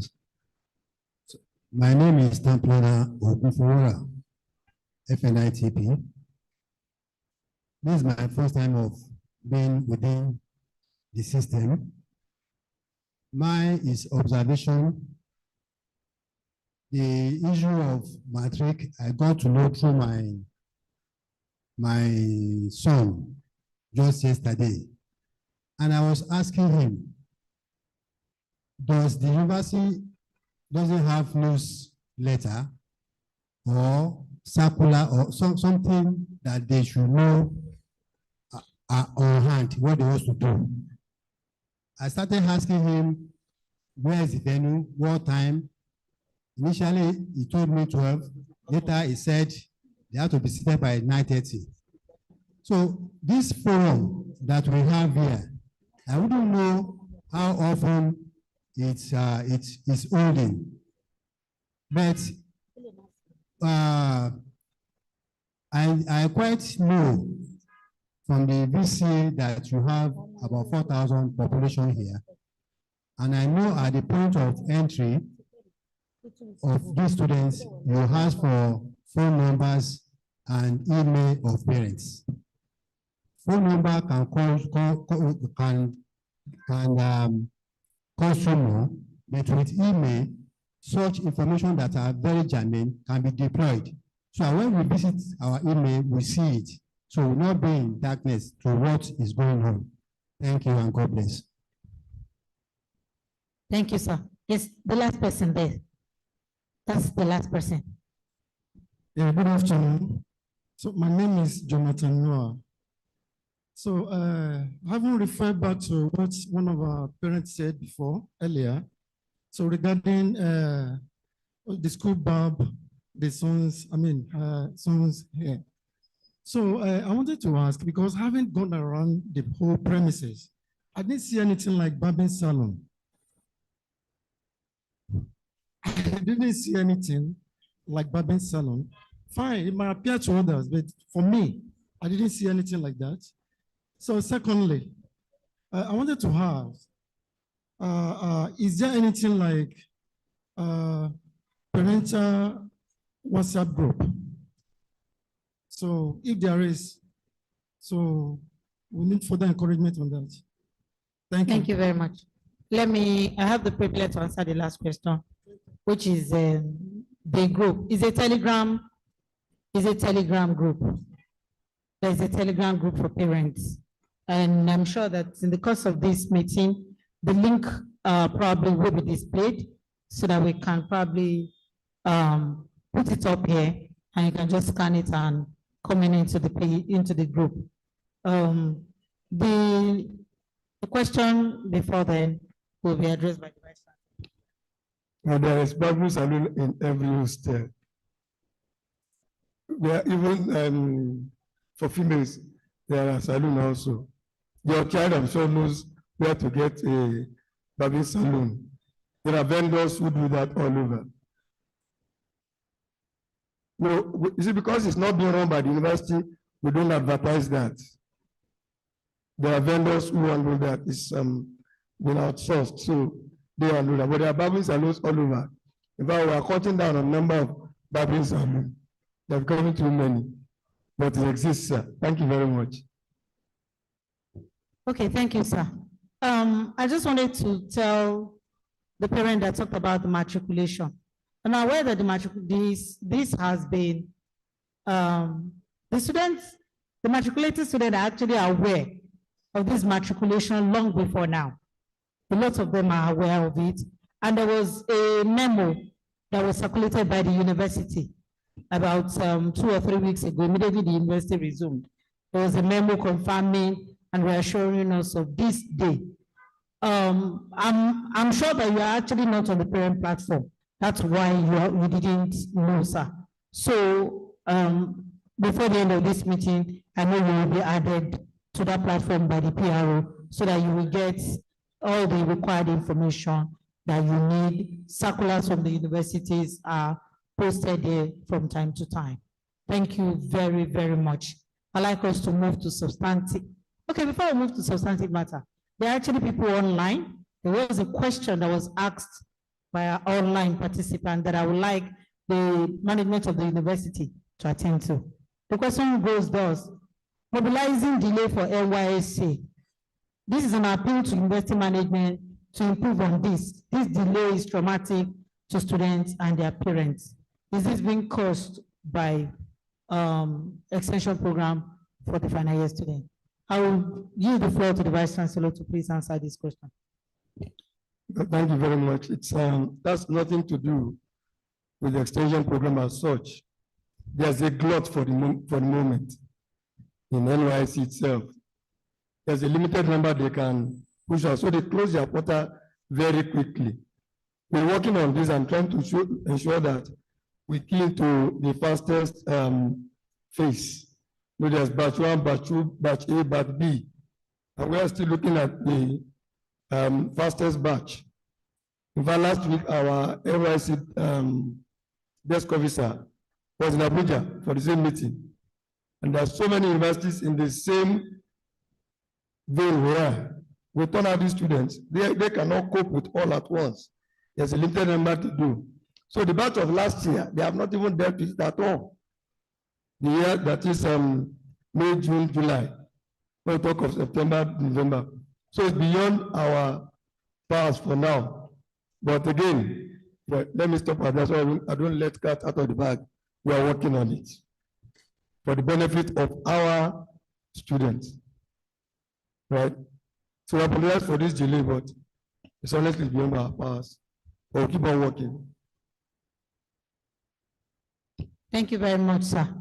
Okay, at this point in time, we would like to move to the substantive matter on our agenda so that we can move as quickly as possible, because I'm aware that there are lots of parents that are still going quite far.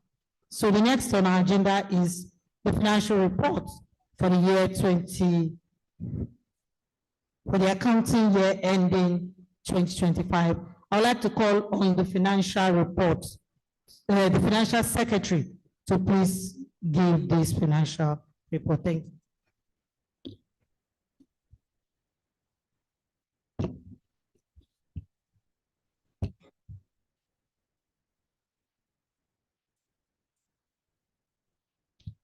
Good afternoon, everybody. Let me just not waste our time. Let me just embrace the already established protocol. Financial report for Bells University Parent Forum for the year ended 31st August 2025. During the period under review, the ESCO started with the sum of 15,451 naira. 451? Huh? Okay. Let me put my. The account is on page 37 to 34 to 44. 37 to 44. Thank you. Like I was saying, the ESCO started with the sum of 15,451,188 naira. For the year, the sum of 92,450,000 naira gross income was realized through the payment of BUPF levy of 25,000 naira by 3,698 students, while the sum of 48,636,710 naira 44 kobo was spent on various expenses. See details of this audited financial statement on page 37 and to 44. The closing balance as at 31st August 2025 amounted to 26,433,618 naira 73 kobo. During the period under review, the year total sum of 50,080,000 naira, 80,458 naira 75 kobo was incurred on a project donation, which is a key objective of this forum. And the total asset of the forum as a reporting date stands at 48,203,607 naira 73 kobo.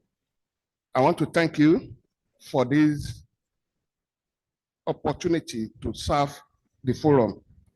This happens to be the financial report, but the details of the report is on page 37 to 44 in the program booklet. Thank you. Thank you very much, the Financial Secretary.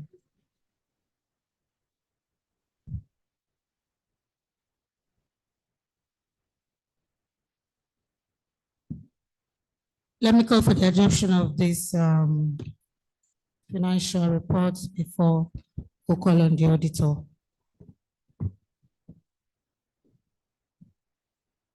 We'll move for the adoption of this financial report so that we can extensively discuss it after the adoption. Adoption for the financial report. Any hand up? Okay. Please, who has the microphone? Ma'am. By the AC there. Yes.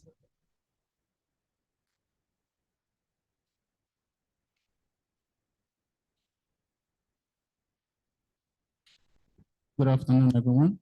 My name is Shola Onomuyiwa. I adopt the financial report for year end 31st August 2025. Thank you and God bless you. Thank you, sir. Who's second? There is a hand up by this rule here. He's upstanding already.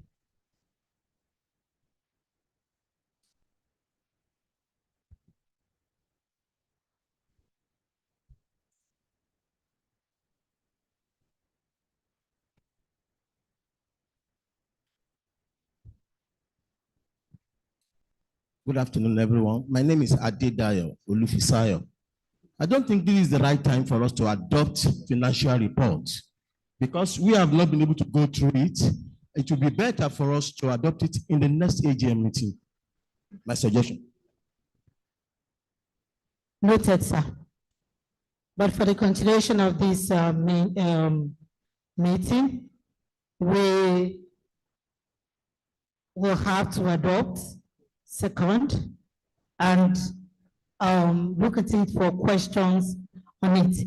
If we keep it to another AGM, what happens to the accounts that will come at that AGM again? So definitely, sir, we would have to look at it. We can, no, as once we adopt it, we adopt for discussion. We're not taking it in finally, we adopt for discussion. We have to look at it and we have to ask questions. We're not shutting you out not to ask questions. Questions concerning these accounts would have to be treated right on this floor because the financial secretary will have to answer every question concerning this account, sir. Thank you. We'll move to second. There is a hand at the end here, sir.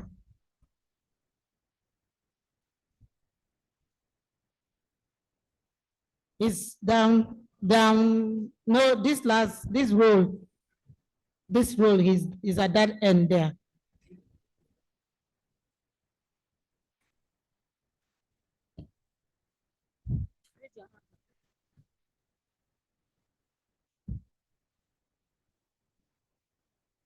I am Engineer Dele Obele.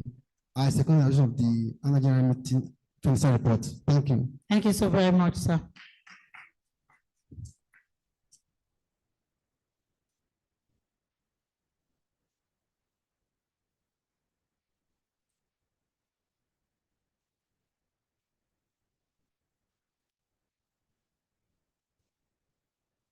I'd like to call on the auditor of this forum to please give the auditor's report, then we'll look at it holistically and address all the issues concerning it. Thank you.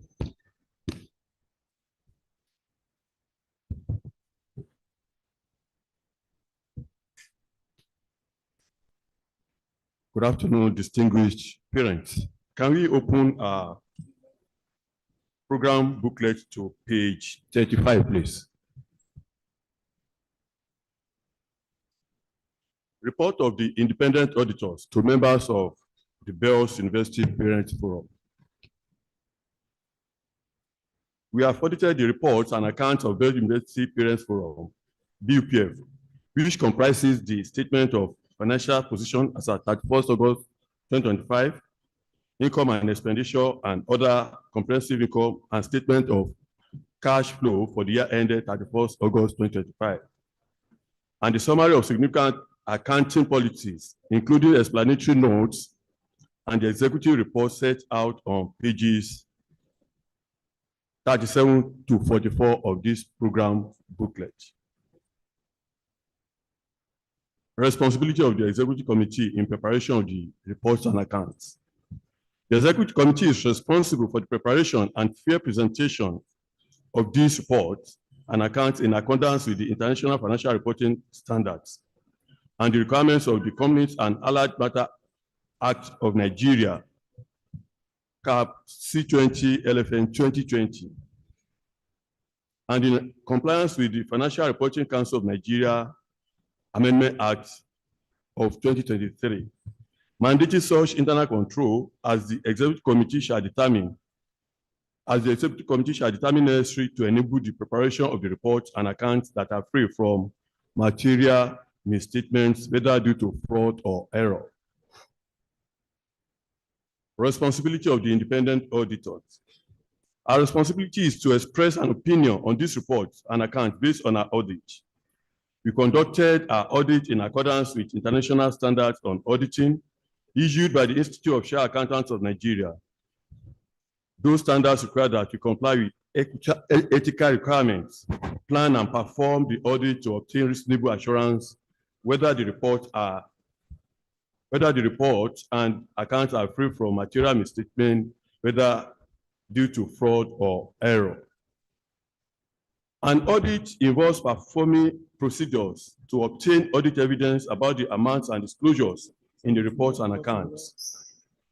The procedure selected depend on the auditor's judgment, including the assessment of the risk of material misstatement of the reports and accounts, whether due to fraud or error.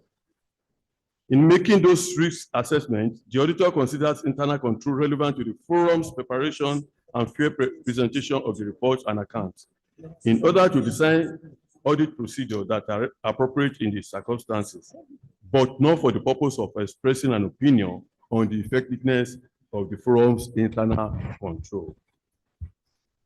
An audit also includes evaluating the appropriateness of accounting policies used and the reasonableness of accounting estimates made by the executive committee, as well as evaluating the overall presentation of the reports and accounts. We believe that the audit evidence we have obtained is sufficient and appropriate to provide a basis for our opinion. In our opinion, the reports and accounts are true the reports and account gives a true and fair view of the state of affairs of Bell University Parents Forum as at 31st August 2025, and its financial performance and its cash flows as presented in accordance with International Financial Reporting Standards and requirements of CAMA 2020. Report on other legal and regulatory requirements. As required by the Common and Allied Matters Act 2020, that in carrying out an audit, we consider and report to you on the following matters. We confirm that, one, we have obtained all the information and explanations which, to the best of our knowledge and belief, were necessary for the purpose of our audit. In our opinion, proper books of account have been kept by the forum so far as appears from our examination of those books, and the forum's statement of financial position and statement of income and expenditure and other comprehensive income and are in agreement with the books of account. Signed, Femi Gusoya for Femi Gusoya and Kusha Accountants, FRC number 2014/ICANN/0000006503. Thank you. Thank you very much, Alhaji Gusoya, for that auditor's report. At this point in time, I think I would like to call for questions on this financial report. Questions, comments. I'm sure we're taking about 5 minutes or thereabout to look through the papers before us so that we can ask questions, make comments, and we can progress with this. Thank you very much.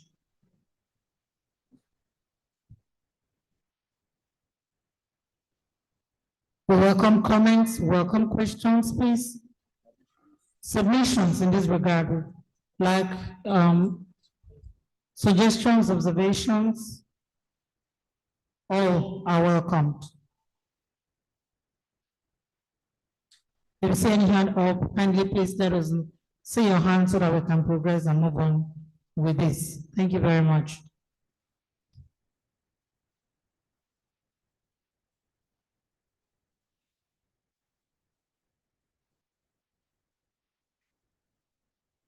No questions?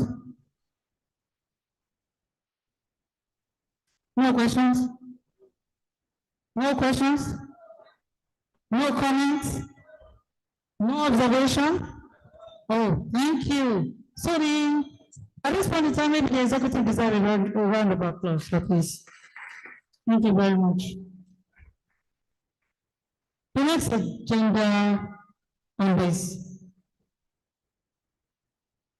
Let me quickly, for about 2 minutes, skip the next agenda and go to the next one, which is the report of the endowment.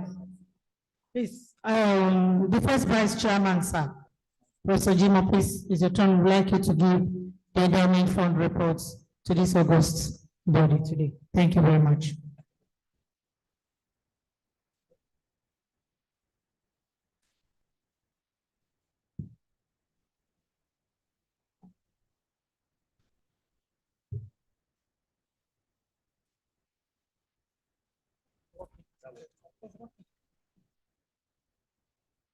Just push it down.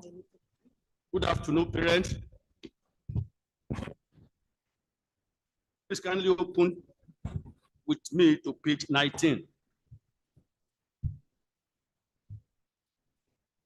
Vice Chancellor, sir, kindly permit me to stand on the existing protocol. The report of BUPF Endowment Fund at the year 2026 Annual General Meeting of the Bells University Parent Forum on 17th January 2026. History. As part of commitment to transformative policy of Bells University Parent Forum Executive Committee for ensuring future for our students, a new policy called Fund was proposed in May 2021. This was presented in the year 2022 Annual General Meeting of the Forum and was unanimously approved by General House. The establishment of BUPF Endowment Trust Fund received constitutional support as one of the new policy incorporated as approved by members in the year 2023 during Annual General Meeting. Aims and objective of the fund. The aim of the fund is to support students financially and to assist students in a way to promote Bells University of Technology of Nigeria, subject to approvals of the Executive Committee. The specific objective of the fund are as follows. 1, to provide maximum support to students who have financial challenges in pursuing their career at Bells University of Technology, particularly those who lost their sponsors or those whose sponsors are permanently incapacitated. 2, to offer prize and award to the best graduating student in the university. The prize is to the tune of 100,000 naira with a plaque and was first awarded during the 15th convocation ceremony in 2023. This was further extended to the 5 colleges in the university in 2025. 3, to give financial support to student program with national and global recognition. Modus operandi. A separate account was opened to manage the fund independent of Bells University Parent Forum Bank account.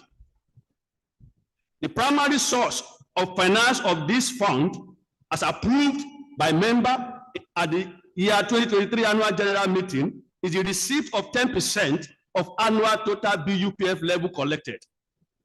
As part of investment drive to earn more return, the fund has considered investing its utilized bank balance in high-yielding risk-free security in Nigeria. Bells University of Technology, its uniqueness and support.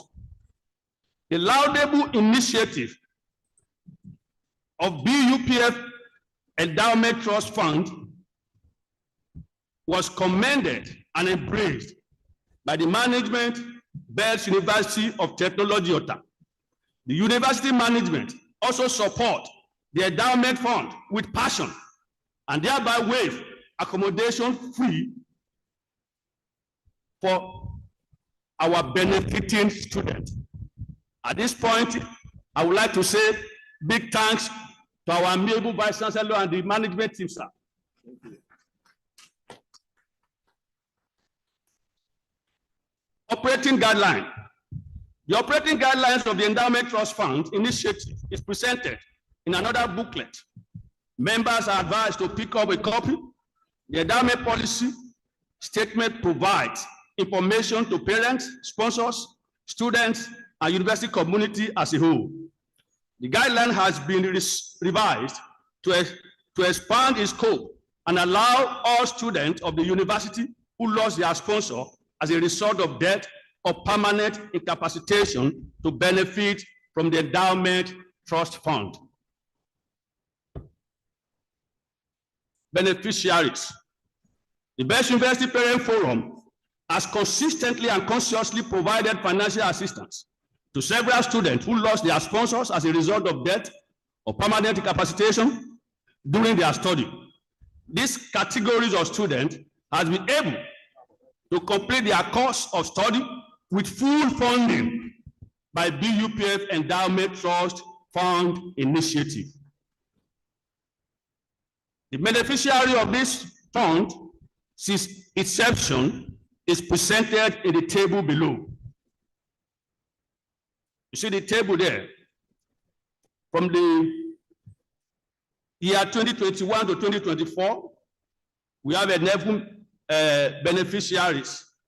And then from 2025 alone, we have 7 beneficiaries. Financial assistance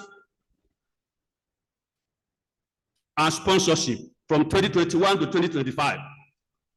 The following students have benefited from BUPF endowment funds since 2021, and a check of 5 million naira only was handed over to the management Best University of Technology Ota in 2025 as fund for prizes and award for best graduating student in each of the 5 colleges for the next 10 years. In addition, you will see the table 1 there, table 2, and the third table. The third table there shows the prize list and award since inception. 2 people were given award in 2024 because they have tally, the CGPA was tally, and 1 person was given in 2025. And if you look at the table there, between 2021 and 2024, the forum has invested a total of 4,258,574 on our students, while in 25 alone, invested 5,350,703 naira, making a total of 9,609,277 naira on the debt of sponsors and those who are incapacitated. In conclusion, it is obvious that more fund was committed to the financial need of our students in the year 2025 than the previous years. This financial statement, the financial statement of the endowment fund is herewith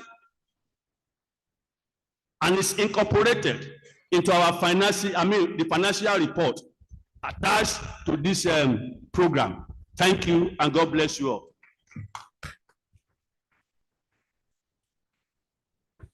Thank you very much, Mr. The first Vice Chairman. Let me correct an impression on the award. The award for best graduating students in all colleges is in perpetuity. It's not for 10 years. Once we give the award to the university, there's a way the university endow it, continue to roll it over year in, year out, is in perpetuity. So BPF loan for those endowments are here as long as Bells University of Technology keeps existing. Thank you very much for that report, sir. We appreciate you. Like I said in my opening remark, that the welfare of our children is actually a paramount objective. It is very, very important to us, and we will continue to support them as much as we seek the indulgence and cooperation of parents in that regard. Thank you very much. So at this point in time, I'd like to move to the number 2 item on the substantive matter. Let me at this point in time call 2 of our executives out. The current financial secretary, Mr. Ismail Olalikon Majobaji. So please step out. Professor Professor, please, sir. Thank you, sir.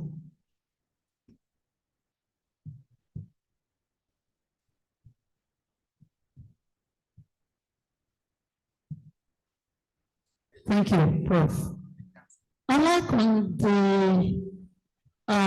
on behalf of the entire Bells University Parent Forum to thank these 2 gentlemen for their service to this forum over the years. And today, both of them are bowing out as executives of this great forum. Having spent the total required years for service on the forum. The statutory required years is 3 years maximum that they can use on that position that they're in. So they have served and served diligently. Having served my predecessor for 1 year and having served under my own leadership for 2 years. I'd like to say a very big thank you to the two persons.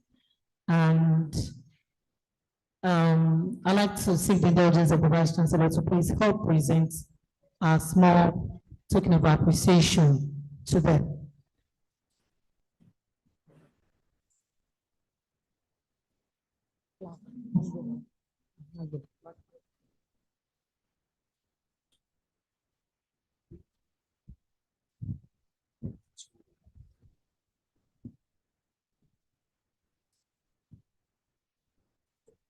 The chairperson, may I also, on behalf of Bells University of Technology, thank these two gentlemen who have served meritoriously under your leadership here and under the leadership of Babaladapo. You have done excellently well. We appreciate you a lot for your contribution, for adding value to the university while you are serving. Thank you very much, and God bless you. Mr. Majoba, thank you. While you are there, because even after we present this to you in recognition of your outstanding service to the BUPF during your tenure as Financial Secretary from February 2025 to January 2026. Given this day, 17th January 2026, at the 17th Annual General Meeting. Thank you so much, and God bless you.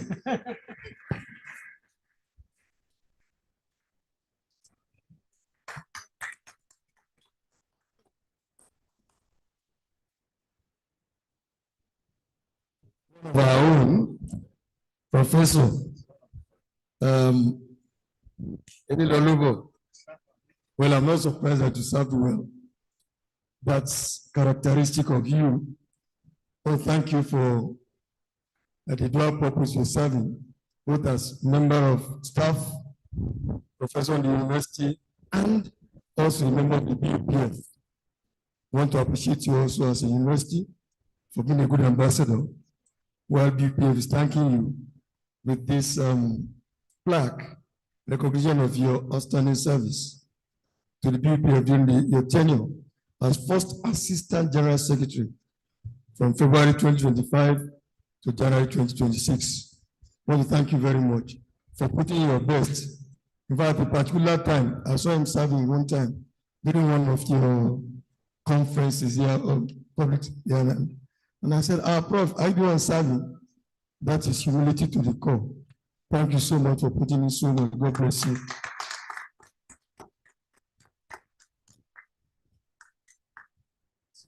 Thank you, sir. Thank you so very much. Thank you. At this point in time, it is obvious to this House that these two positions have become vacant. These two positions, the position of the Financial Secretary and the position of the First Assistant Secretary, has become vacant. So, to this House, there are one or two things we would do quickly together for us to fill these vacant positions.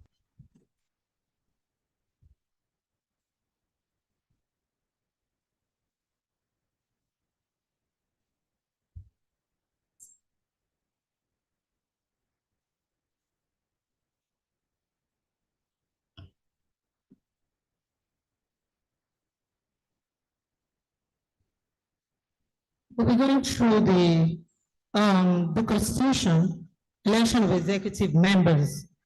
I would like a volunteer in this room to be our returning officer for purpose of transparency.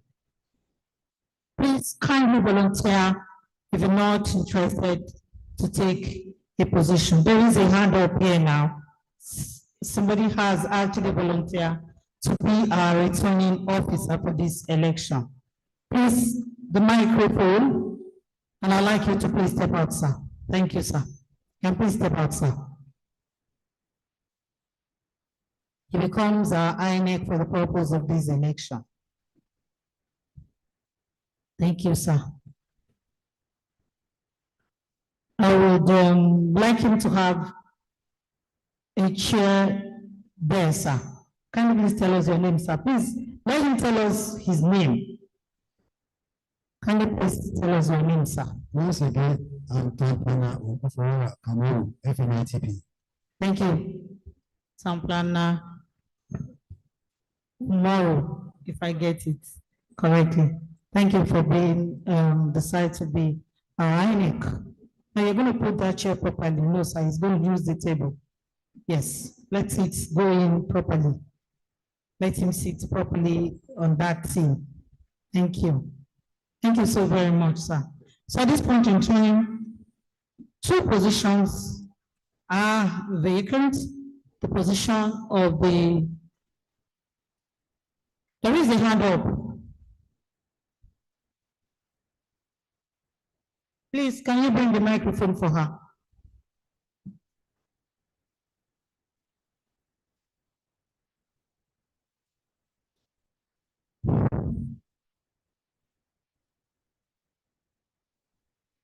Good afternoon, everyone.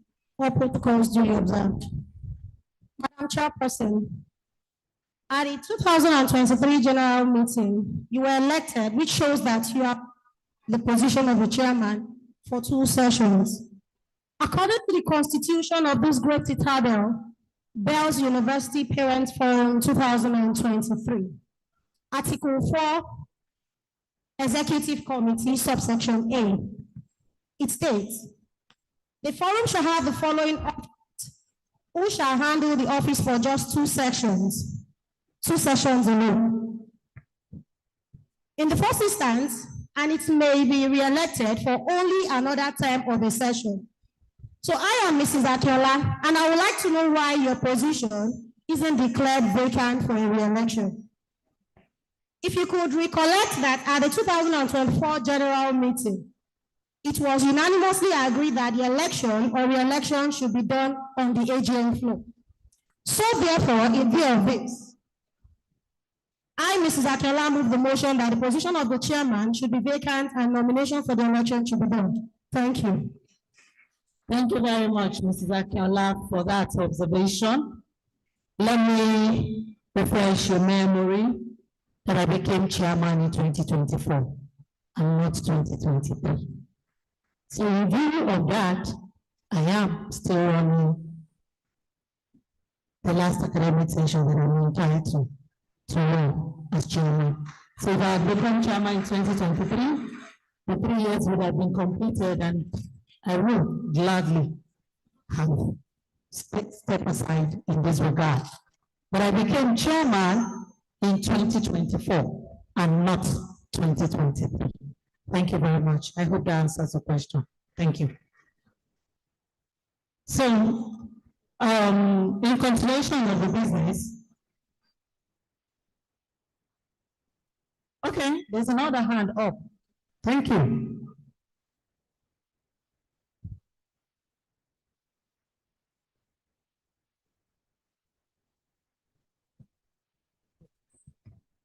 Protocol duly observed. My name is Adedayo Olufisayo. Yes, Mr. Chairperson, or Mrs. Chairperson, I stand to remind you that you are once first vice chairman, and immediately you finished as tenure, you contested. I was here when we voted you in as the chairperson. Now, according to the Article 4, the forum shall have the following officers excuse me, shall have the following officers who shall hold office for 2 sessions in the first instance and may be re-elected only to another 1 session. So you have been re-elected 1 session. You are not supposed to be there for 2 sessions. So in view of this, I think the seat of the chairperson is supposed to be vacant. Thank you very much, sir. Point of correction, sir. I was never vice chairman.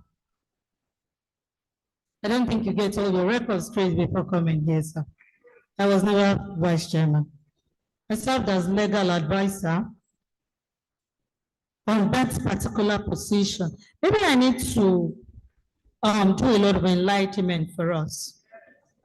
As a lawyer, because I am a legal practitioner, and I'll be doing injustice if I do not do this appropriately. If anybody is holding a particular, thank you. If anybody is holding a particular position, the Constitution is clear on that. If you're holding a position as a first vice chairman, your first 2 years as a first vice chairman, and you can be re-elected if you still desire to continue for 1 more session in that particular position.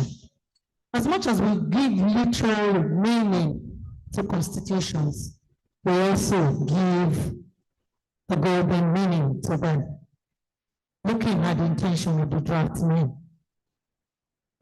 And the intention of the draftsman here did not say that. So when I held the position of a legal advisor, I held that position, and in 2024, I was elected as chairman. The position of chairman, the person must have been somebody who has served as a member of the executive before you can be elected as a chairman. So in view of this, I do not agree with you that I have served for more than the required period of time that I'm expected to serve. As chairman, that is here, sir,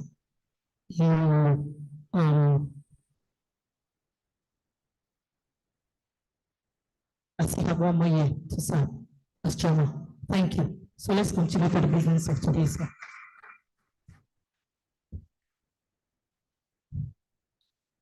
Like I mentioned earlier, the position of first assistant secretary is vacant, and the position of the financial secretary is also vacant.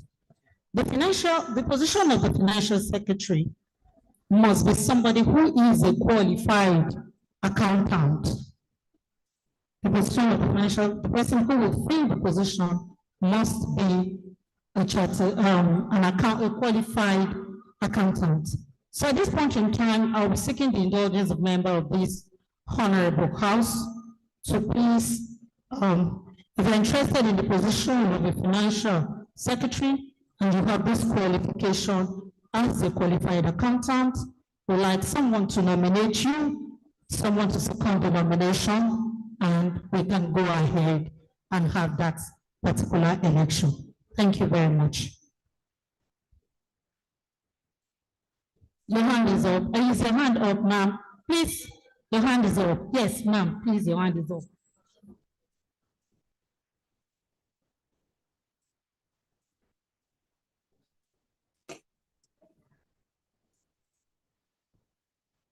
Okay, Professor Lulu, your hand is up. I want to appreciate you for your explanation. I am not learned, but I am a professional by the grace of God. You have occupied this position for 2 years, for 2 sessions. You came in 2024 session. 2024, 2025 is a session. 2025, 2026 is a 2024, 2025 is a session. And you have spent another session which ended today. And another session is to start, which means re-election. Position can be re-elected. The constitution is very clear. It says, and you may be re-elected if there is no other interested member. If there is difficulty in interpreting this law, there is a legal advisor who can interpret this to us, because the constitution is here with me.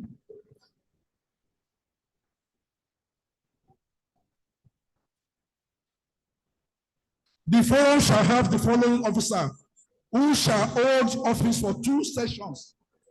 You have spent 2 sessions, ma, and may be re-elected. Thank you. Thank you, Prof. Please, one house. Madam Ajaga, please stop that distribution now. I seek your indulgence to please stop that distribution. Maybe we need a proper explanation on how the university runs the academic calendar. I'll be giving the microphone to the Vice Chancellor to explain to us what academic session is all about. Thank you. Yeah, let me intervene in this. There are 2 sessions. Each session is doctorates into the other. 24-25 is 1 session. 25-26 is 1 session. And we are currently in 25-26 session in Bells University of Technology. My representative should know better in this. And I think you should have considered, you have consulted with the party I represent before raising this. 24-25 is the session, 25-26 is another session. Incidentally, you are my representative, and you don't consult with me. Well, very distinguished ladies and gentlemen, I think there is a kind of ambiguity somewhere. People are talking about year. We are not talking about year in session. In session is not year. So it's quite, as well as you say that the election is for 2 years. We are not saying year. The constitution says 2 sessions. So she's came in 2024-2025 academic session, and this is a 2025-2026 academic session.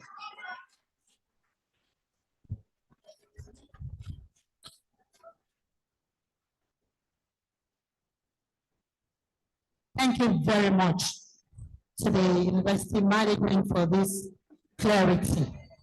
I think we need to quickly and effectively proceed. There is a hand up there. There's also a hand up here. There's also a hand here. So please start with the, okay.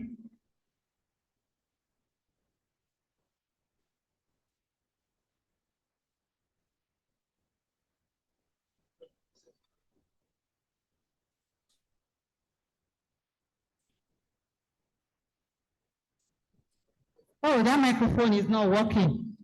Can we quickly get it resolved? Okay, I think it's resolved. Thank you. Good afternoon, all. Good afternoon, sir. My name is Charles Yoila. I'm also a lawyer by profession.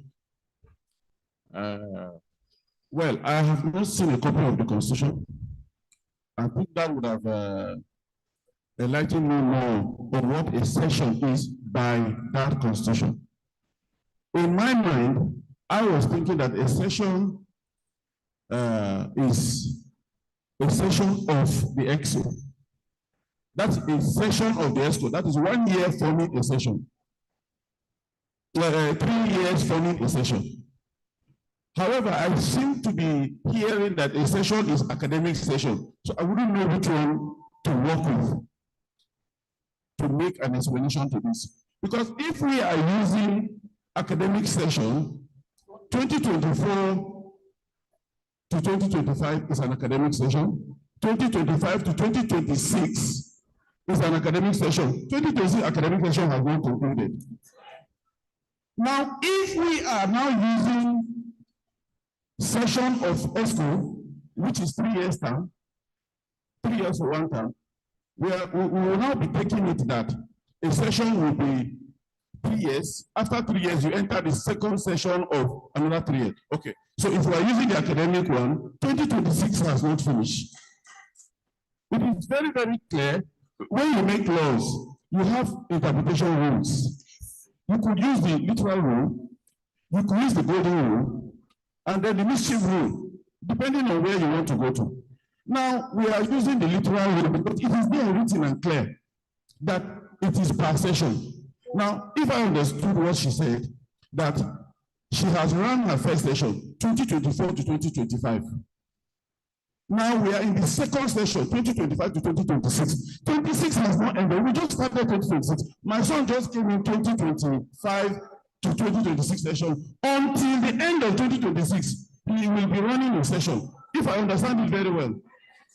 Very, very well. Thank you. By the grace of God, I am Director, Legal Services, National Assembly. I interpret laws every day. Thank you. So I know these things. However, we will have a superior submission on this. Thank you very much. Thank you so very much, sir. Let me explain this further, because the management of the university who creates sessions for the university have actually explained. Well, in a university environment, we work with the sessions of the school. When I came in 2024, the session is still running. I didn't even begin as chairperson at the commencement of that session. Because you know, each session commences September, October. So September, October 2024, I came in by February of 2024, when that academic session was running. That academic session has begun to run at that particular point in time when I came in. So I came in February of 2024 and finished. So when you're saying probably session, it is an academic session, ladies and gentlemen. It is not the ESCO session. The ESCO do not have a special session that we have created for ourselves. The session we go with is the university session. Thank you very much. Thank you, Madam Chairperson. My name is Shola Nomiwa. I want to believe that many of us traveled down to Ota today. Yes. And most of our time has been spent. And if it is not compulsory for us to conduct this election, probably maybe we might want to do it virtually, because we're still traveling back. I know there are some people that are traveling back to Shagamu. So instead of wasting our time, and truly I'm highly disappointed in those that have been talking. 90% of us does not have the constitution. Why are you people driving us back? She said it. The election took place in February 2024. She has not completed 3 years, 3 sessions. Why are we dragging issues? And if you are interested in us, let us know that you are interested in the position. Thank you so very much.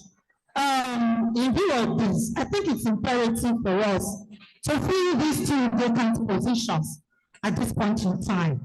Please, let's fill these vacant positions, because if we continue to take questions, comments, observation, we're not going to live here, like you said. And our time is fast spent. We're already past 3. Let's conclude 1 or 2 agenda that are on this, 1 or 2 issues that are on this agenda for us to conclude it.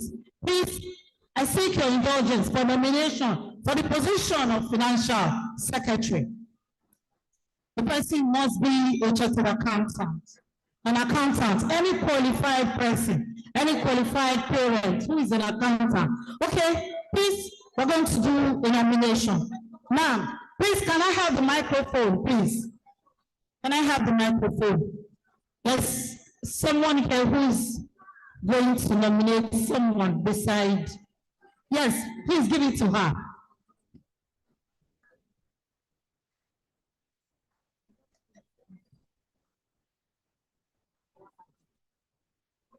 Thank you, madam. Take the vote step. I like that.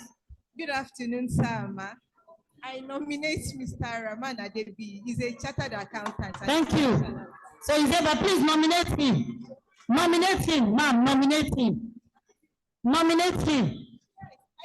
I nominate Mr. Rahman Adebi. He's a chartered accountant. Thank you very much. Who second the nomination? Please, let's have a seconder for the nomination of Mr. Rahman Adebi. The seconder. Okay, there's someone. There's a hand up there. Who is seconding him?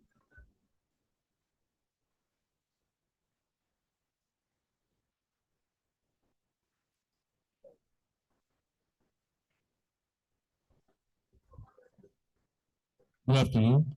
Good afternoon. Alhaji Tijani Taufik. I seconded Mr. Rahman Adebi. Thank you. Thank you very much. Thank you so very much. So, Mr. Any other nomination for the position of Financial Secretary? Do we have another accountant in the house? Do we have another accountant in the house?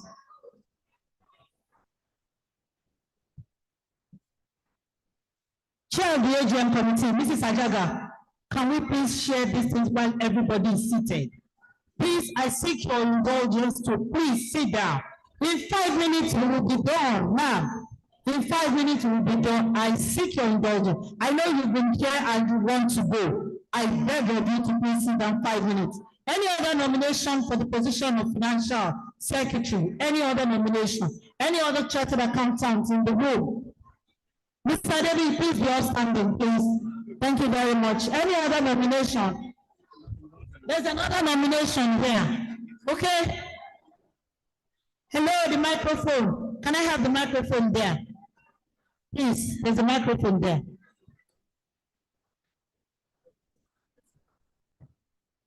My name is Alhaji Adeleke. Good afternoon. I hereby nominate Alhaji Abosede Lawal. She's FCA to the post of Financial Secretary. Thank you very much, Alhaji Rahman, for that nomination. Who seconds the nomination of Alhaja? She's there. Alhaja is there. Who seconds the motion? Please, a second. There's someone here. Who's seconding the motion for the nomination of? I cannot hear you, sir, but let them bring the microphone to you. Thank you, sir.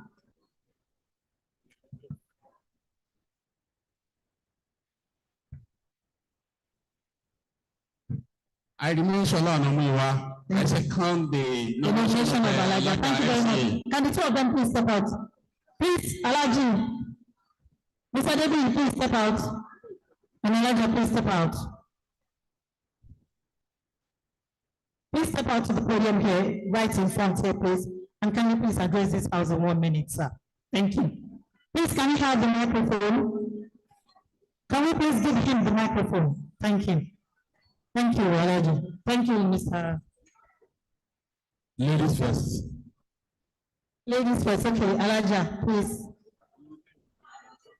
Alhaja, please, ladies first. I agree with that. I agree to ladies first. Ladies first. Thank you. Good afternoon, ladies and gentlemen. Okay. Good afternoon, ladies and gentlemen. Alhaja, please put the microphone right to your mouth. Good afternoon, ladies and gentlemen. My name is Alhaja Sarat Abosede Lawal, FCA. Good afternoon. Good afternoon, stars. Good afternoon, ma. All assistant protocols, ladies first. We'll talk about this. Actually, I started my education from Comprehensive Associate. I was born in 1976. I had my BSc in accounting from Ogun State University. Thereafter, I proceeded to Ladoke Akintola College of University of Technology to study masters in marketing. I'm a chartered accountant. I qualified chartered accountant 2013, and since then I've been having a lot of personal businesses. Right now, I'm the managing director of one finance company, that is Brown Capital Investment Limited in Ikeja. And also, I'm a realtor. I'm into real estate business. I have a lot of estate management experiences. I've done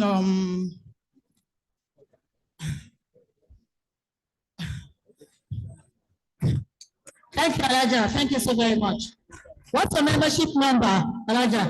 MB 37 Okay. 37816. Thank you very much. 37816. From which district? From Ikeja district. Ikeja district. Amazing. Thank you, Elijah. So can Mr. David please have the floor, sir? I think she's done. I'm an FCA, yes. Yes, she said that she's FCA. Yes. Yes, she said it. Yes, I know you're a fellow. You said it already. Yes, sir. So, Mr. David, please have the floor. 1 minute. Thank you very much, everybody. My name is Mr. Rahman Abdulwali Odebi. I'm a member of the Social Account of Nigeria. Of course, a young man born in 1977, August precisely 18th. And of course, I had my university education from Olabisi Onabanjo University. As at that time, we were called Great Coast White because it was formerly Ogun State University. Then thereafter, I furthered into my MBA there as well to obtain my MBA in finance from that same institute. Of course, along the line, I was already doing my ICANN, and I think I qualified after a long wait for 9 years in 2009 to become a chartered accountant of Nigeria. And since then, I've worked with so many companies. One of the companies I worked as my early stage was ZRL Multimedia Limited, where I started my career. And I ended up as being the CFO of the company before moving to a company called Daddy Communication in Victoria Island, where from that point on, I moved on to another company called Corporate Leisure Limited. At a point in time, I felt satisfied and I tried to move on to my private profession, where I run a company called Precognitive Consulting, where we do everything finance, accounting, consulting. And so be it, we ventured into so many things, into politics, into public speaking and what have you. But today, I think I want to allow her to take the reign because personally, I'm engaged in so many activities that I think is taking my time. So thank you very much as you allow the FCA to take charge. My MBA number is 28580 and I qualified in 2019, sorry, 2009. So thank you very much for the opportunity to be here, to have somebody on the floor to be able to compliment and make things happen for this great organization, this great university. Thank you very much. God bless you all. Thank you very much. Thank you very much. I think at this point in time, Mr. Adebiyi has actually declined to hold the position of financial secretary. And in view of this, can we have somebody that shows Elijah has. Can we do a show of hand in support of the fact that Elijah is coming in as the financial secretary?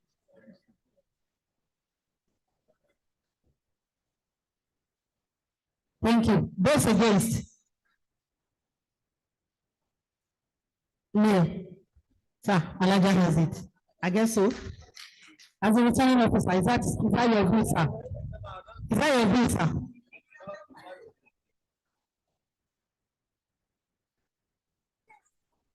Good afternoon. I'm happy to be here once again. And the election, I would say, is unopposed. Because our brother here, Mr. Adebiyi, has stepped down for Elijah to take charge. And even upon that, the chairperson has the gathering who are in support that Elijah should take over, should take charge. And quite a number of people supported. And Elijah Abosede Lawal, FCA, is hereby declared unopposed and the winner. Thank you very much. Congratulations, Elijah, for being the newly elected financial secretary of the BUPS. Mr. Adebiyi, sir, thank you so very much for that spirit of sportsmanship. I really appreciate that, and I will really show, success in the future endeavors. Thank you very much. So the next position that is available is the position of the First Assistant Secretary. We're going to be calling Alaja after a while to do the swearing in for both of them. The position of the First Assistant Secretary, it doesn't come with any qualification or whatever. So I take your indulgence to please have a nominee. Nominate somebody. Okay, somebody's hand is up there. Can we please take the microphone to the person to either nominate someone or nominate himself? Because you have the right to nominate yourself. Good afternoon, Prince.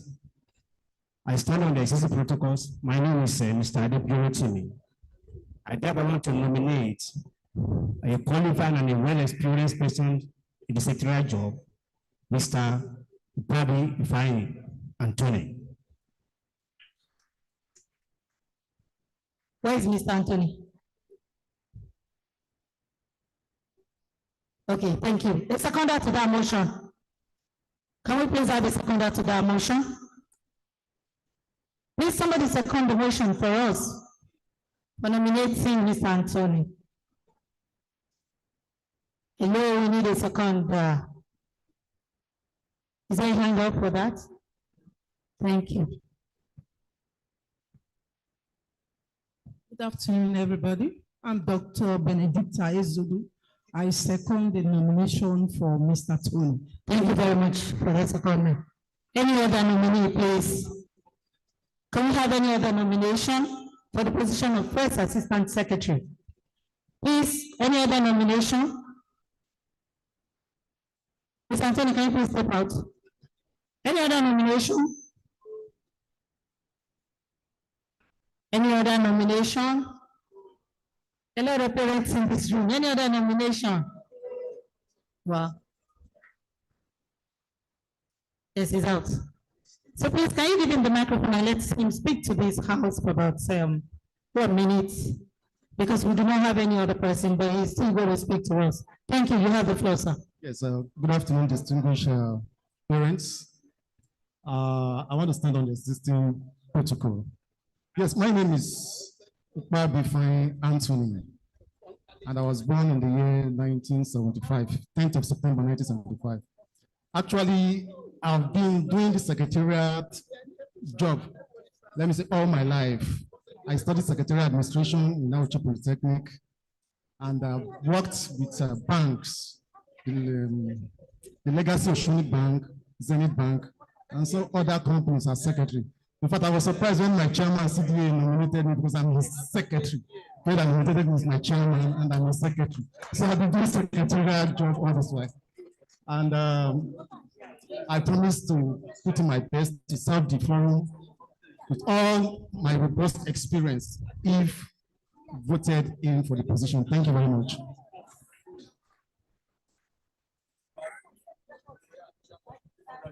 Thank you very much. So please, the returning officer should please come address the House over this particular election. Thank you.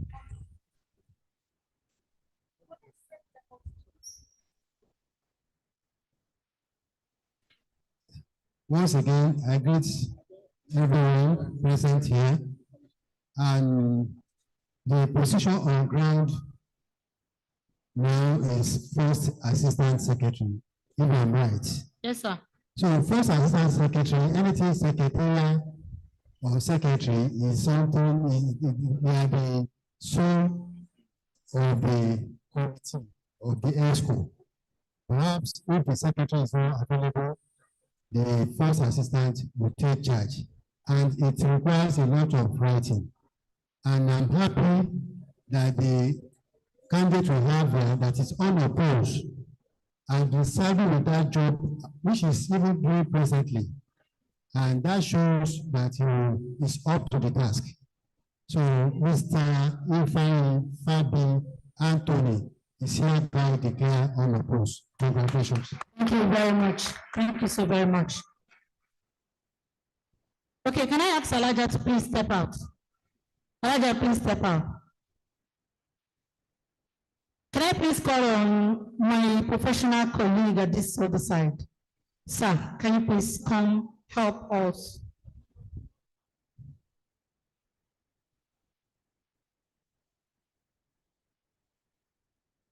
Sweden in to take this position. So the returning officer can please have your seat. I will call you to take photographs with them. Thank you. So you can please help us swear them in. We do not have a, you can just do this normal solemn swearing in. Thank you, sir. You. Yes. I.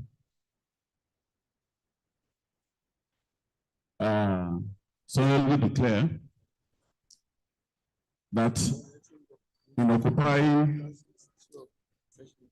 the office in which I have been voted in by the BUPF, I shall do my best, render the best of services, be honest, and keep appropriate records. So help me God. Thank you very much. Thank you very much. Thank you so very much. So at this point in time, let me also use this opportunity to announce the new treasurer, because the position of the treasurer is not an elective one. It is the representative of the university bossa that actually second someone to the forum for us. This has been part of the constitution for inclusivity and transparency. So in view of this, I will be calling on Mr. Tunde John Bosco Adesanya, FCA, who is the new treasurer and the bossa representative to this forum. Please, can you please join them here? Thank you. So these three persons are the new members of this forum that will be joining us as executives. So we say welcome on board and congratulations to the three of you. Thank you. So the returning officer can please join them to take a group photograph, please. Thank you. And also the person, the Helena colleague that took the oath of office with them for the record purposes and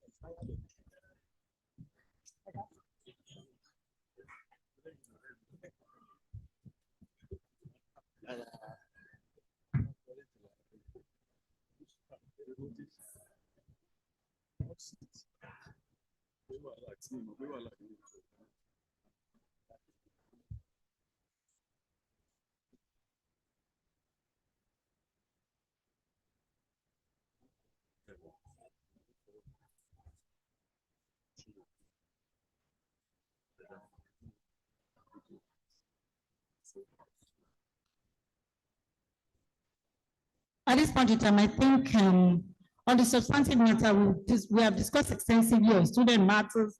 We have also discussed extensively on academic matters.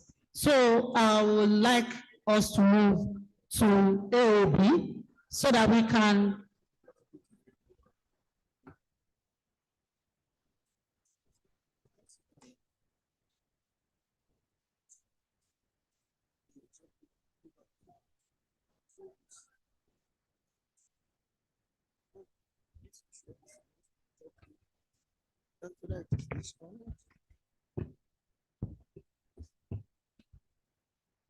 Distinguished House,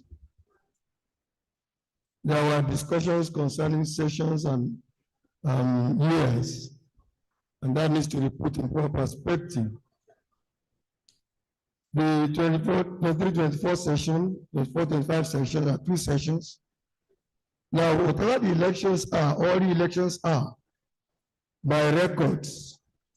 Elections of chairperson or chairman of the forum comes in-house with the executive. And I believe that the executives go back in-house and do its election in-house and announce to us. That's what has happened in the last 9 years. Am I correct? Right? It is in-house that the chairmanship is elected. True or false? False?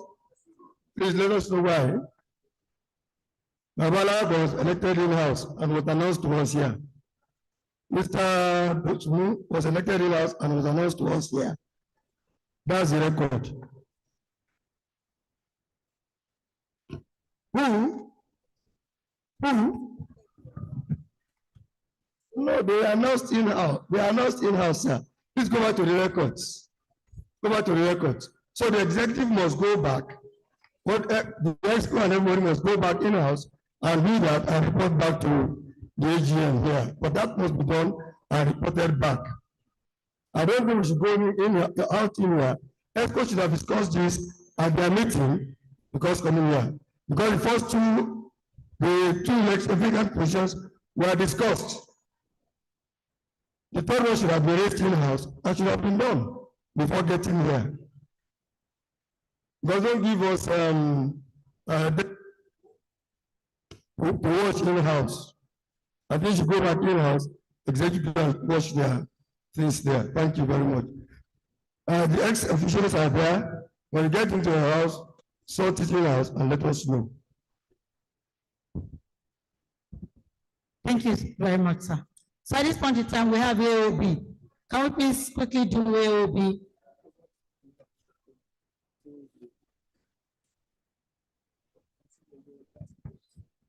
Mr. Poli.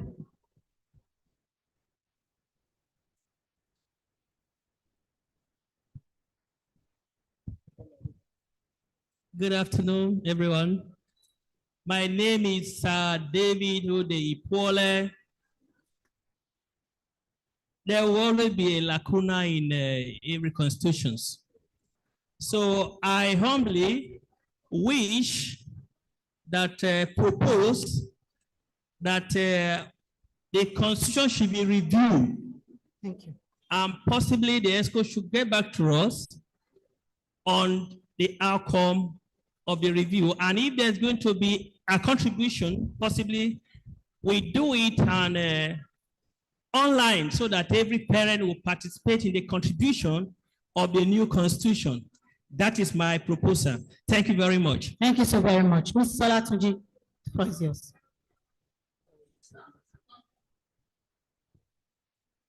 It's an AOB suggestion. We'll move on to it. Thank you. All protocols duly observed.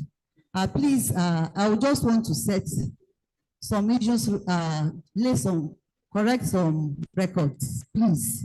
I want us to please listen to me. In the BUPF EXCO, the BUPF year starts after every AGM. Once you are elected, the people that are elected today joins the EXCO now. So by the following AGM, they have spent a year. So that has been how our own year has been running. If not, those people that have been elected today, they won't join us until probably when the session, the new session comes up. And it cannot happen like that because we have already sent off Mr. Majebaji and Professor Nina Robo. And there will obviously be a lacuna. Who holds forth when they are not there? So please, I just want to set records straight. For BUPF and for our EXCO, I've been here for quite a while. I was once an assistant general secretary. I was here 3 times as the general secretary. I have spent a year as ex officio member this is my last year as ex-officio member, starting from today.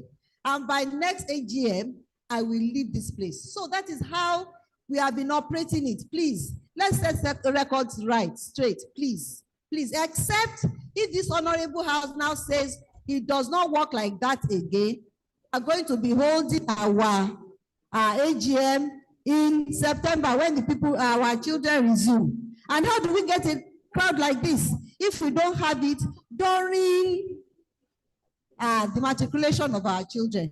So please, I'm just here to set records straight. Thank you. Thank you very much. Mr. Majobaje, you have the floor, sir. Thank you, the chairman. I would just want to go straight in having, Mr. Chairman, in having addendum to the proposal being submitted by Mr. Ipuni. The Constitution is seriously having Nakula. And I want to suggest that the ESCO, the current ESCO, look into it and call extraordinary meeting through virtual.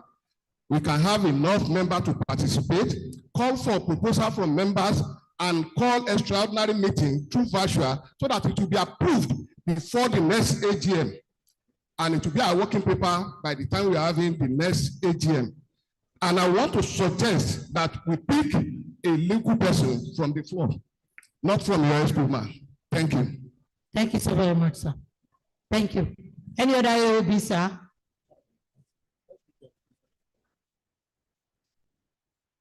So can we have a motion to approve? Please, can we have a motion to approve the review of the Constitution? Hold on, sir. We want to take a motion to approve the review of the Constitution.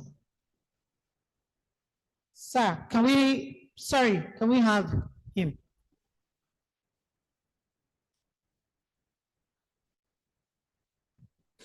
Hi, thank you. FNITP. Hereby move the motion that the Constitution for MUP. Thank you, sir. Who second this motion? The seconder to the motion. There's a seconder here, please. Okay, sorry, there's someone here. Hi, Mr. Gaspar Olabipo Emmanuel. I'm seconding the motion. Thank you. Thank you very much. Thank you. Okay, there's someone that you were supposed to give the microphone to.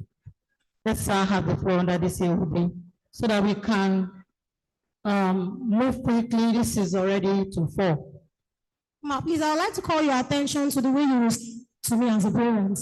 When I made my observation, you responded by saying, I actually wanted to send a message to Telegram, but I like it to be resolved on this platform. You responded by saying that, should in case loss of memory, I do not have amnesia. Yes, you responded saying, should in case is a loss of memory. Yes, you said it on the podium. So I would like to know that, I would like to say that I'm a parent also. And Yoruba usually says that and I look young, but at least it was an observation. So I made an observation, but I don't think the response should be, like in case you have loss of memory. You might actually not direct it to me, but I asked the question and that was the response that came in because I jotted it down. Thank you.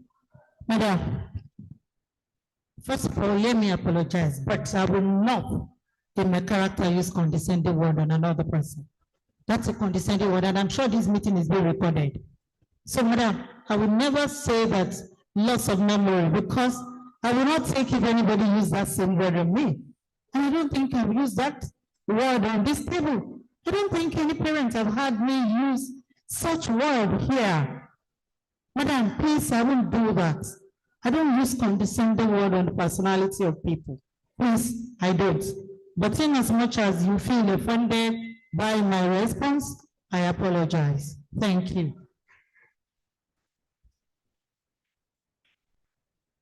Any other AOB? Okay, maybe that will be the last so that we can adjourn and the management staff needs to leave. You have the floor, sir. Okay, all protocols duly observed. I am Sir Cletus Ujo. I have my son here who is into computer engineering. He started last year, late last year. Just a word of advice to all of us as parents. You cannot judge a book by the outside look. I know when you hear about Best University, you'll be saying, oh, it's a private institution and it's very expensive. Like some of us had that notion. But now we got to know that there's flexibility, there's no rigidity. I love the way the Vice Chancellor and all the executive members, I want to say a very big thank you for your flexibility. Very big thank you. You are a parent indeed. I want us also to be evangelizers to other parents outside this world. I let them know that Bells University, as they perceive it to be, is not that costly, it is flexible. The important thing is you have a value for your money. And that is what, for the few months, that's what me and my family are having, the value for our money. I think the children are not just here for academics, but they are also here for reformation.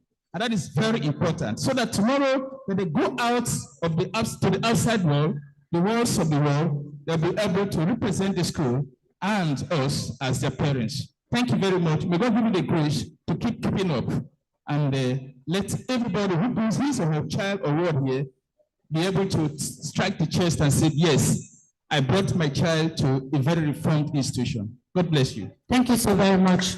We appreciate that your beautiful words. Thank you so very much. The Vice Chancellor would like to respond to that. Well, thank you so much, the last speaker.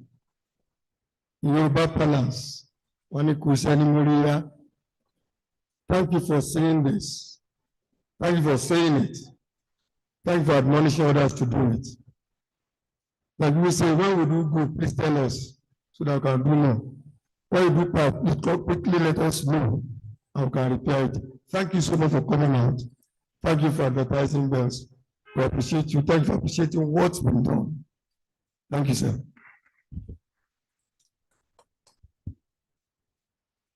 At this point in time, I do not see any other hand.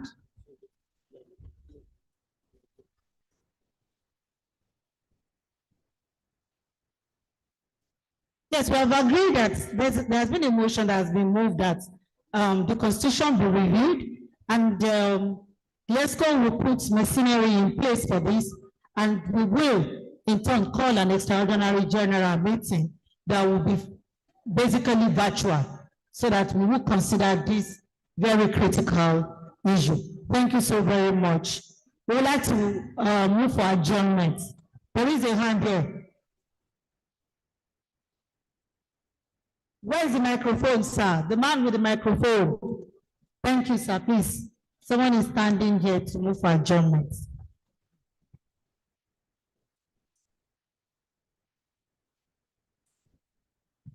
Thank you. It's not really motion for adjournment. If I hear the Vice Chancellor when he spoke that this is the last baby, that is the last people to be matriculated. Maybe when we are doing another AGM, most likely, I don't know whether he will still be here. He will not be here. He will not be If here. he's not going to be here, for all the services he has rendered for this forum, I move a motion that we give a standing ovation and special thanks to him for a good job well done. Thank you, sir. Thank you, thank you, thank you. You have to sit down, sir. Okay, Mr. The Vice Chancellor, sir, Professor Jejeron. Thank you. On behalf of the entire parents of Bells University Parent Forum, this is the last AGM that the Vice Chancellor will be here with us because, and the bossa as well of the university, because their tenure is coming to an end by July 31st of this year. So by next AGM, we will not be here again. We appreciate you, sir. We say thank you for your support to this AG, to this entire body of Parent Forum, and we wish you success in all your endeavors in life, sir. Congratulations. Thank you, sir. My Thank you so name is very much. Biodun Olapade. Biodun Olapade. Okay, Mr. Biodun Olapade, thank you so very much, sir. We appreciate you. Thank you so much. We can be seated. So at this point in time, let's look for motion to adjourn this meeting. Can we please adjourn this meeting? Motion, microphone, someone here. Yes, give her the motion to adjourn the meeting. She wants to go home. Good afternoon, ma'am. I, Mrs. Karim Adebi Kafilat, support the motion to adjourn today's 17th annual general meeting of the Bells University Parent Forum, University of Technology. Thank you, very much. thank you. So seconder is there, Alaji is there to second. Please give it to Alaji to second. My name once again is Alhaji Adeleke Lawal. I hereby second the motion to adjourn today's AGM. Thank you, sir. Thank you very much, Alaji. So can I have someone give us a closing prayer, please, sir? Come and give us a closing prayer, sir. Come and give us a closing prayer. Thank you, sir.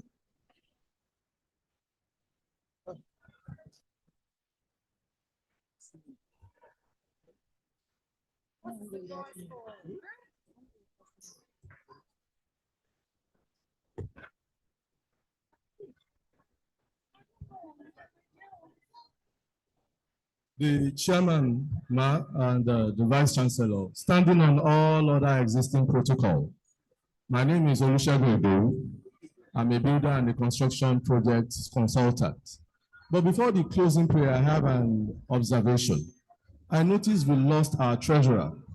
And as you have honored the living, you should also honor the dead. We did that, sir. Shall we please, we've done that. We did that, sir, before you came in. Okay, okay. Oh, we will not do without doing that, sir. All right, it's just We an did that. objection. Thank you. It's a Shall we part of- then pray? Yes, thank you. Shall we pray?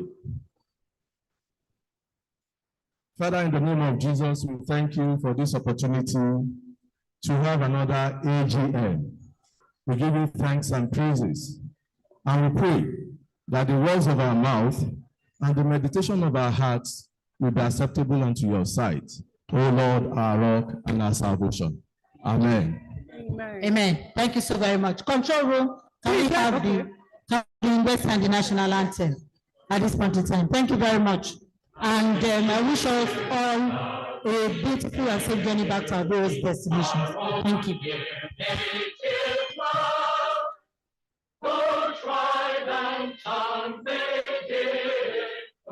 In brotherhood we stand. Thy cheerful and proud to serve our sovereign fatherland.